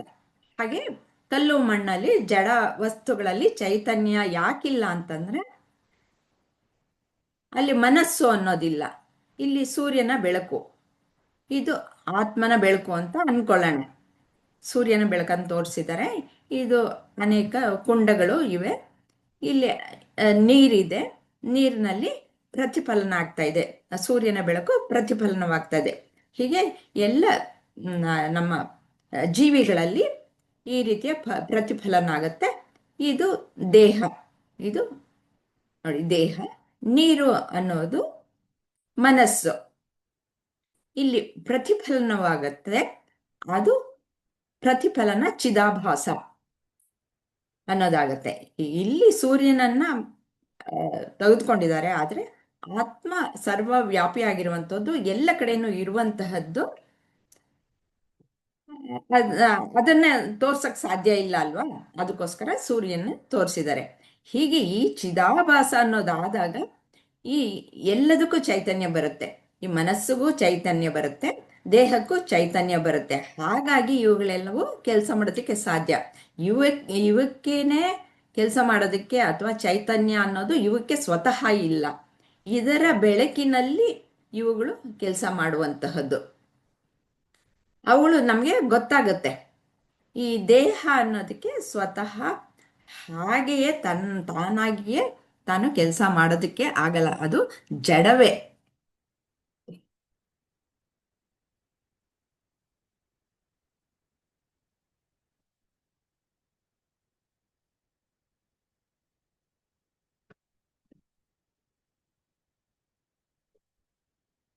ಇವಾಗ ದೇಹಕ್ಕೆ ನನ್ನನ್ನು ಅರ್ಥಕೊಳ್ಳೋದಕ್ಕೆ ಸಾಧ್ಯ ಇಲ್ಲ. ಹಾಗೆ ದೃಶ್ಯ ವಸ್ತುಗಳು ಯಾವಾಗ್ಲೂ ನನ್ನನ್ನು ಅರ್ಥಕೊಳ್ಳೋಕ್ಕಾಗಲ್ಲ. ನಾನು ದೃಕ್, ನಾನು ನೋಡುವವಳು. ನನ್ನ ಅರಿವಿನಲ್ಲಿ ಎಲ್ಲ ವಸ್ತುಗಳು ಇದೆ. ಹಾಗಾಗಿ ನನ್ನ ದೇಹವು ಹಾಗೆ ಇರೋದ್ರಿಂದ ಅದು ಸಹ ಜಡವಾದದ್ದು. ಚೈತನ್ಯ ನಾನು, ನನ್ನ ಅರಿವು ಅನ್ನೋದಿದೆ, ಅದರಲ್ಲಿ ನನಗೆ ಅರಿವಿನ ಬೆಳಕಿನಲ್ಲಿ ಅದು ಕಾಣಿಸ್ತಾ ಇರೋದ್ರಿಂದ ಅದು ಜಡ ಅಂತಂದ್ಬಿಟ್ಟು ಈ ರೀತಿಯಾಗಿ ವಿವೇಕದಿಂದ ನಾನು ತಿಳ್ಕೊಳ್ಬೇಕು. ಮತ್ತೆ ಹಾಗೆ ಸತ್ಯ ಮಿಥ್ಯ ಅನ್ನೋದನ್ನು ಹೇಗೆ ಅನ್ನೋದು ಪರಿಶೀಲಿಸೋಣ. ಸಾವಿತ್ರಿ ಅವ್ರಿಗೆ ಇವಾಗ ಆಗತ್ತಾ? ಗೊತ್ತಿಲ್ಲಮ್ಮ, ಇಂಟರ್ನೆಟ್ ಪ್ರಾಬ್ಲಮ್. ಸತ್ಯ ಮಿಥ್ಯ ಅನ್ನೋದು ನಾವು ಹಿಂದಿನ ತರಗತಿಯಲ್ಲಿ ನಾವು ಮಾಡಿದೀವಿ. ಸತ್ಯ ಅಂತಂದ್ರೆ ಯಾವಾಗಲೂ ಹೇಳಿ ಹೇಳಿ. ಸತ್ಯ ಮಿಥ್ಯ. ಸತ್ಯ ಅನ್ನೋದು ಯಾವಾಗ್ಲೂ ಇರೋದು, 3 ಕಾಲದಲ್ಲೂ ಇರೋದು ಸತ್ಯ, ಅದು ಪರಬ್ರಹ್ಮ. ಮಿಥ್ಯ ಅಂದ್ರೆ ಬದಲಾಗ್ತಾ ಇರೋದು. ಅದೇ ನಮ್ದು ದೇಹ ತಗೊಂಡ್ರೆ ಬದಲಾಗ್ತಾ ಇರುತ್ತೆ, ಪ್ರಪಂಚ ಬದಲಾಗ್ತಾ ಇರುತ್ತೆ, ಅದೆಲ್ಲ ಮಿಥ್ಯ. ಸತ್ಯ ಅಂದ್ರೆ ಯಾವಾಗ್ಲೂ ಇರೋದು ಸತ್ಯ, 3 ಕಾಲದಲ್ಲಿ ಇರೋದು ಸತ್ಯ. ಮಿಥ್ಯ ಅಂದ್ರೆ ಬದಲಾಗ್ತಾ ಇರೋದು. ಅದೇ ಇವುಗಳನ್ನ ಹೇಗೆ ನಾವು ವಿವೇಕದಿಂದ ಜಾಗೃತ, ಸ್ವಪ್ನ ಮತ್ತು ಇದು ಸುಷುಪ್ತಿಯಲ್ಲಿ ನಾವು ಇದನ್ನ ಪರಿಶೀಲನೆ ಮಾಡಬಹುದು. ಅದನ್ನು ಹೇಳ್ಬಿಡಿ ಹೇಗೆ ಅಂತ. ಜಾಗೃತದಲ್ಲಿ ಒಂದು ದೇಹ ಇರುತ್ತೆ, ಮತ್ತೆ ಸ್ವಪ್ನದಲ್ಲಿ ಇನ್ನೊಂದು ಪ್ರಪಂಚ, ಇನ್ನೊಂದು ದೇಹ ಇರುತ್ತೆ. ಪ್ರಪಂಚ ಎಲ್ಲ ಸೂಕ್ಷ್ಮವಾಗಿ ಹೋಗಿರುತ್ತೆ ಗಾಢ ನಿದ್ದೆಯಲ್ಲಿ. ಗಾಢ ನಿದ್ರೆಯಲ್ಲಿ ಏನು ಇರೋಲ್ಲ, ಹೀಗೆ ಹಾಗಾಗಿ ಅದಕ್ಕೋಸ್ಕರ ಅದು ಒಂದ್ ಸ್ವಲ್ಪ ಕಾಲ ಇತ್ತು, ಆಮೇಲೆ ಇಲ್ಲ. ಹೀಗಾಗಿರೋದ್ರಿಂದ ಮತ್ತೆ ಬದಲಾವಣೆಗಳೆಲ್ಲ ಆಗ್ತಾ ಇರೋದ್ರಿಂದ ಅದು ಮಿಥ್ಯಾವಾದದ್ದು. ಇದು ಹಾಗೆ ಕಾಣಿಸುತ್ತೆ. ಇವಾಗ ಕನಸಿನಲ್ಲಿ ತುಂಬಾ ಸ್ಪಷ್ಟವಾಗಿ ಗೊತ್ತಾಗತ್ತೆ. ಅನೇಕ ದೇಹಗಳು, ಅನೇಕ ಇದು ಎಲ್ಲ ಏನ್ ಬರುತ್ತೆ, ಹೇಗೆ ನದಿ ಬರುತ್ತೆ, ಮತ್ತೆ ಬೆಟ್ಟ ಗುಡ್ಡಗಳು ಎಲ್ಲವೂ ಇರುತ್ತೆ. ಅದು ಬರೀ ಕಾಣಿಸೋದು ಏನು, ನನ್ನ ಅರಿವಿನಲ್ಲೇ ಅದು ಪ್ರೊಜೆಕ್ಷನ್ ಎಲ್ಲಾನು ಕಂಡು ಬರುತ್ತೆ. ಅಲ್ಲಿ ನಾನು ಬೇರೆ ದೇಹ, ನಾನು ಎಲ್ಲೋ ಚಿಕ್ಕನ್ನಲ್ಲಿದ್ದಾಗಿಂದೋ ಯಾವಾಗಿಂದೋ ಬರುತ್ತೆ. ನಾನು ಈಗಿನ ವಯಸ್ಸಿನಲ್ಲಿ ಇವಾಗಿದ್ದ ಹಾಗೆ ನನ್ನ ಕನಸಿನಲ್ಲಿ ಆ ದೇಹ ಇರಲ್ಲ. ಅಂದ್ರೆ ಇರಲ್ಲ. ಅವಾಗ ಮಿಥ್ಯಾ ದೇಹ ಅನ್ನೋದು ತುಂಬಾ ಸ್ಪಷ್ಟವಾಗಿ ಕನಸಿನಲ್ಲಿ ನಾವು ಚೆನ್ನಾಗಿ ತಿಳ್ಕೊಳ್ತೀವಿ. ಅದೇ ಜಾಗ್ರತೆಯಲ್ಲಿ, ಜಾಗೃತಾವಸ್ಥೆಯಲ್ಲಿ ಅಷ್ಟು ಸ್ಪಷ್ಟತೆ ಇರಲ್ಲ. ಇದು ಮಿಥ್ಯಾ ಅಂತ ಅನ್ಕೊಳ್ಳೋದಕ್ಕೆ ಕಷ್ಟ ಆಗುತ್ತೆ. ಯಾಕೆಂದ್ರೆ ಇಂದ್ರಿಯಗಳು ಮತ್ತೆ ದೇಹ ಎಲ್ಲವೂ ಕೆಲಸ ಮಾಡೋದಕ್ಕೆ ಪ್ರಾರಂಭ ಮಾಡ್ಬಿಟ್ಟಿರತ್ವೆ. ಹಾಗಾಗಿ ನನಗೆ ಬೇರೆ ಕಡೆನೆ ಗಮನ. ಆದ್ರೆ ನಾನು ಸ್ವಪ್ನವನ್ನ ಪರಿಶೀಲನೆ ಮಾಡಿದಾಗ ಚೆನ್ನಾಗಿ ಗೊತ್ತಾಗತ್ತೆ. ಮತ್ತೆ ಸುಷುಪ್ತಿಯಲ್ಲಿ ಯಾವ ದೇಹವೂ ಇಲ್ಲ, ಹಾಗಾಗಿ ಅದು ಮಿಥ್ಯ, ಇದ್ದು ಇಲ್ಲದೆ ಇರುತ್ತೆ. ಕಾಣಿಸ್ಕೊಳ್ಳುತ್ತೆ ಸ್ವಲ್ಪ ಕಾಲ, ಆಮೇಲೆ ಇರಲ್ಲ. ಹಾಗಾಗಿ ಈ ದೇಹ ಮಿಥ್ಯವಾದದ್ದು, ಸತ್ಯವಾದದ್ದು ನಾನು. ಈ 3 ಅವಸ್ಥೆಗಳಲ್ಲಿ ನಾನಿದ್ದೆ, ಅದನ್ನ ನಾನು ಮುಖ್ಯವಾಗಿ ತಿಳ್ಕೊಳ್ಬೇಕಾಗಿರೋದು. ಜಾಗೃತೆಯಲ್ಲೂ ನಾನಿದ್ದೆ, ಸ್ವಪ್ನದಲ್ಲಿಯೂ ಇದ್ದೆ, ಸುಷುಪ್ತಿಯಲ್ಲೂ ಸಹ ನಾನು ಇದ್ದೆ ಅಂತ ತಿಳ್ಕೊಂಡಾಗ ನಾನು ಸತ್ಯವಾದಂತಹ ನಾನು ಆತ್ಮ, ಈ ದೇಹ ಅನ್ನೋದು ಮಿಥ್ಯ ಅಂತ. ಇವತ್ತಿನ ಪ್ರಶ್ನೆಗಳು ಪೂರ್ತಿಯಾಗಿ ಆಯ್ತು. ಸರ್ನ ಒಂದ್ಸರ್ತಿ ಕೇಳ್ಬಿಡೋಣ ಪೂರ್ತಿಯಾಗಿ ಟೈಮ್ ಆಗೋಯ್ತು, 8 ಗಂಟೆ ಆಗೋಯ್ತು. ಸರ್ ನೆಕ್ಸ್ಟ್ ಟೈಮ್ ಹೇಳ್ತೀರಾ? ಪರವಾಗಿಲ್ಲ ಅಮ್ಮ. ನನಗನ್ನಿಸ್ತಾ ಇದೆ ನಾವು ಒಂದು ತರಗತಿನಲ್ಲಿ 2 ವಿಡಿಯೋ ತಗೊಂಡ್ರೆ ಸರಿ ಹೋಗುತ್ತೆ ಅಂತ. ಯಾಕಂದ್ರೆ ಹೌದು ಸರ್, ಜಾಸ್ತಿ ಆಯ್ತು. ತುಂಬಾ ಆಯ್ತು. ಇಷ್ಟು ಪರಿಶೀಲನೆ ಮಾಡಿದಾಗ ಅದು ತುಂಬಾ ಮನಸ್ಸಿಗೆ ಜೀರ್ಣ ಆಗುತ್ತೋ ಇಲ್ಲೋ ನನಗೆ ಗೊತ್ತಿಲ್ಲ. ನನ್ನ ಪ್ರಕಾರ 2 ವಿಡಿಯೋ ತಗೊಂಡು ಕಡಿಮೆ ಪ್ರಶ್ನೆ, ಬಟ್ ಅದನ್ನ ಆಳವಾಗಿ ಪರಿಶೀಲನೆ ಮಾಡೋದು ಒಳ್ಳೇದು ಅಂತ ನನ್ನ ಅನಿಸಿಕೆ. ಹೌದು ಸರ್, ನಂಗೂ ಹಾಗೆ ಅನ್ನಿಸ್ತಾ ಇದೆ. ಏಕೆಂದ್ರೆ ಹೌದು ಸರ್. ಮತ್ತೆ ಒಬ್ರು ಹೇಳಿದ್ಮೇಲೆ ಇನ್ನೊಬ್ಬರನ್ನ ಕೇಳ್ಬೇಕು ಅನ್ನಿಸ್ತಾ ಇದೆ ನನ್ಗೆ. ಅವ್ರಿಗೆ ಅರ್ಥ ಆಗಿದೆಯೋ ಇಲ್ವೋ ಅನ್ನೋದು ತಿಳ್ಕೊಳ್ಬೇಕು. ಯಾಕಂದ್ರೆ ಒಂದೇ ಪ್ರಶ್ನೆನ 2-3 ಮನಸ್ಸುಗಳ ಮೂಲಕ ಪರಿಶೀಲನೆ ಮಾಡಿದಾಗ ಆಗ ಅಲ್ಲಿ ವ್ಯತ್ಯಾಸಗಳು ಮತ್ತೆ ಅದರಲ್ಲಿ ಏನು ಸರಿ ಅನ್ನೋದು ಸ್ಥಿರವಾಗಿರೋ ವಿಷಯ ಅನ್ನೋದು ಗೊತ್ತಾಗತ್ತೆ. ಸೊ ನೀವು ಒಂದು ಕ್ಲಾಸಿಗೆ 1 ಅಥವಾ 2 ವಿಡಿಯೋ ಇಟ್ಕೊಳ್ಳಿ. ಜಾಸ್ತಿ ಅಂತಂದ್ರೆ ಒಂದು 5ರಿಂದ 10 ಪ್ರಶ್ನೆ ಮಧ್ಯದಲ್ಲಿ ಮಾತ್ರ ಇರಲಿ. ತುಂಬಾ ಪ್ರಶ್ನೆ ಆದ್ರೂ ಅದು ಜಾಸ್ತಿ ಅನ್ಸಕ್ ಶುರುವಾಗ್ಬಿಡತ್ತೆ. ಹೌದು, ಇವತ್ತು ಜಾಸ್ತಿ ಅನ್ನಿಸ್ತು ನಂಗೂ. ಪದ್ಮಮ್ಮ, ನಾವು ಸಾಯಂಕಾಲನೇ ಮಾತಾಡ್ಕೊಂಡ್ವಿ ಸರ್. ನಾವು ಜಾಸ್ತಿ ಆಗತ್ತೆ, 2 ವಿಡಿಯೋ ಆದ್ರೆ ಸರೋಗತ್ತೆ ಅನ್ಕೊಂಡ್ವಿ ಸರ್. ಹೌದು ಹೌದು. ಮತ್ತೆ ಒಂದೊಂದು ಪ್ರಶ್ನೆನು ಒಬ್ಬೊಬ್ಬರನ್ನು ಹೇಳಿದ್ರೆ ಸರಿ ಇರುತ್ತೆ. ನಮ್ಮ ಆತ್ಮಜ್ಯೋತಿಗಳು ಹೇಳ್ಬೇಕು, ಅವರು ಪ್ರತಿಯೊಬ್ಬರು ಅವ್ರವ್ರ ಮನಸ್ಸಿನಲ್ಲಿರೋದನ್ನ ಹೇಳ್ಬೇಕು. ಆವಾಗ ಅವ್ರಿಗೆ ಮನದಟ್ಟ ಆಗತ್ತೆ. ಅವ್ರಿಗೆ ಅರ್ಥ ಆಗಿದ್ಯಾ ಇಲ್ವಾ ಅನ್ನೋದು ಗೊತ್ತಾಗ್ಬೇಕು.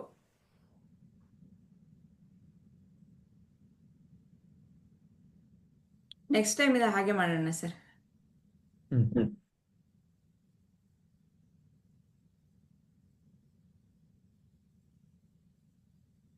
ಇವಾಗ ಸರ್ ಈಗ ಇದನ್ನ ತಾವು ನಿಲ್ಸಿದ್ರೆ ನಾವು ವೇದ ಪಠಣೆಗೆ ಹೋಗಿ. ಹರಿ ಓಂ ಶ್ರೀ ಗುರುಭ್ಯೋ ನಮಃ. ಓಂ ಶ್ರೀ ಕೃಷ್ಣಾರ್ಪಣಮಸ್ತು.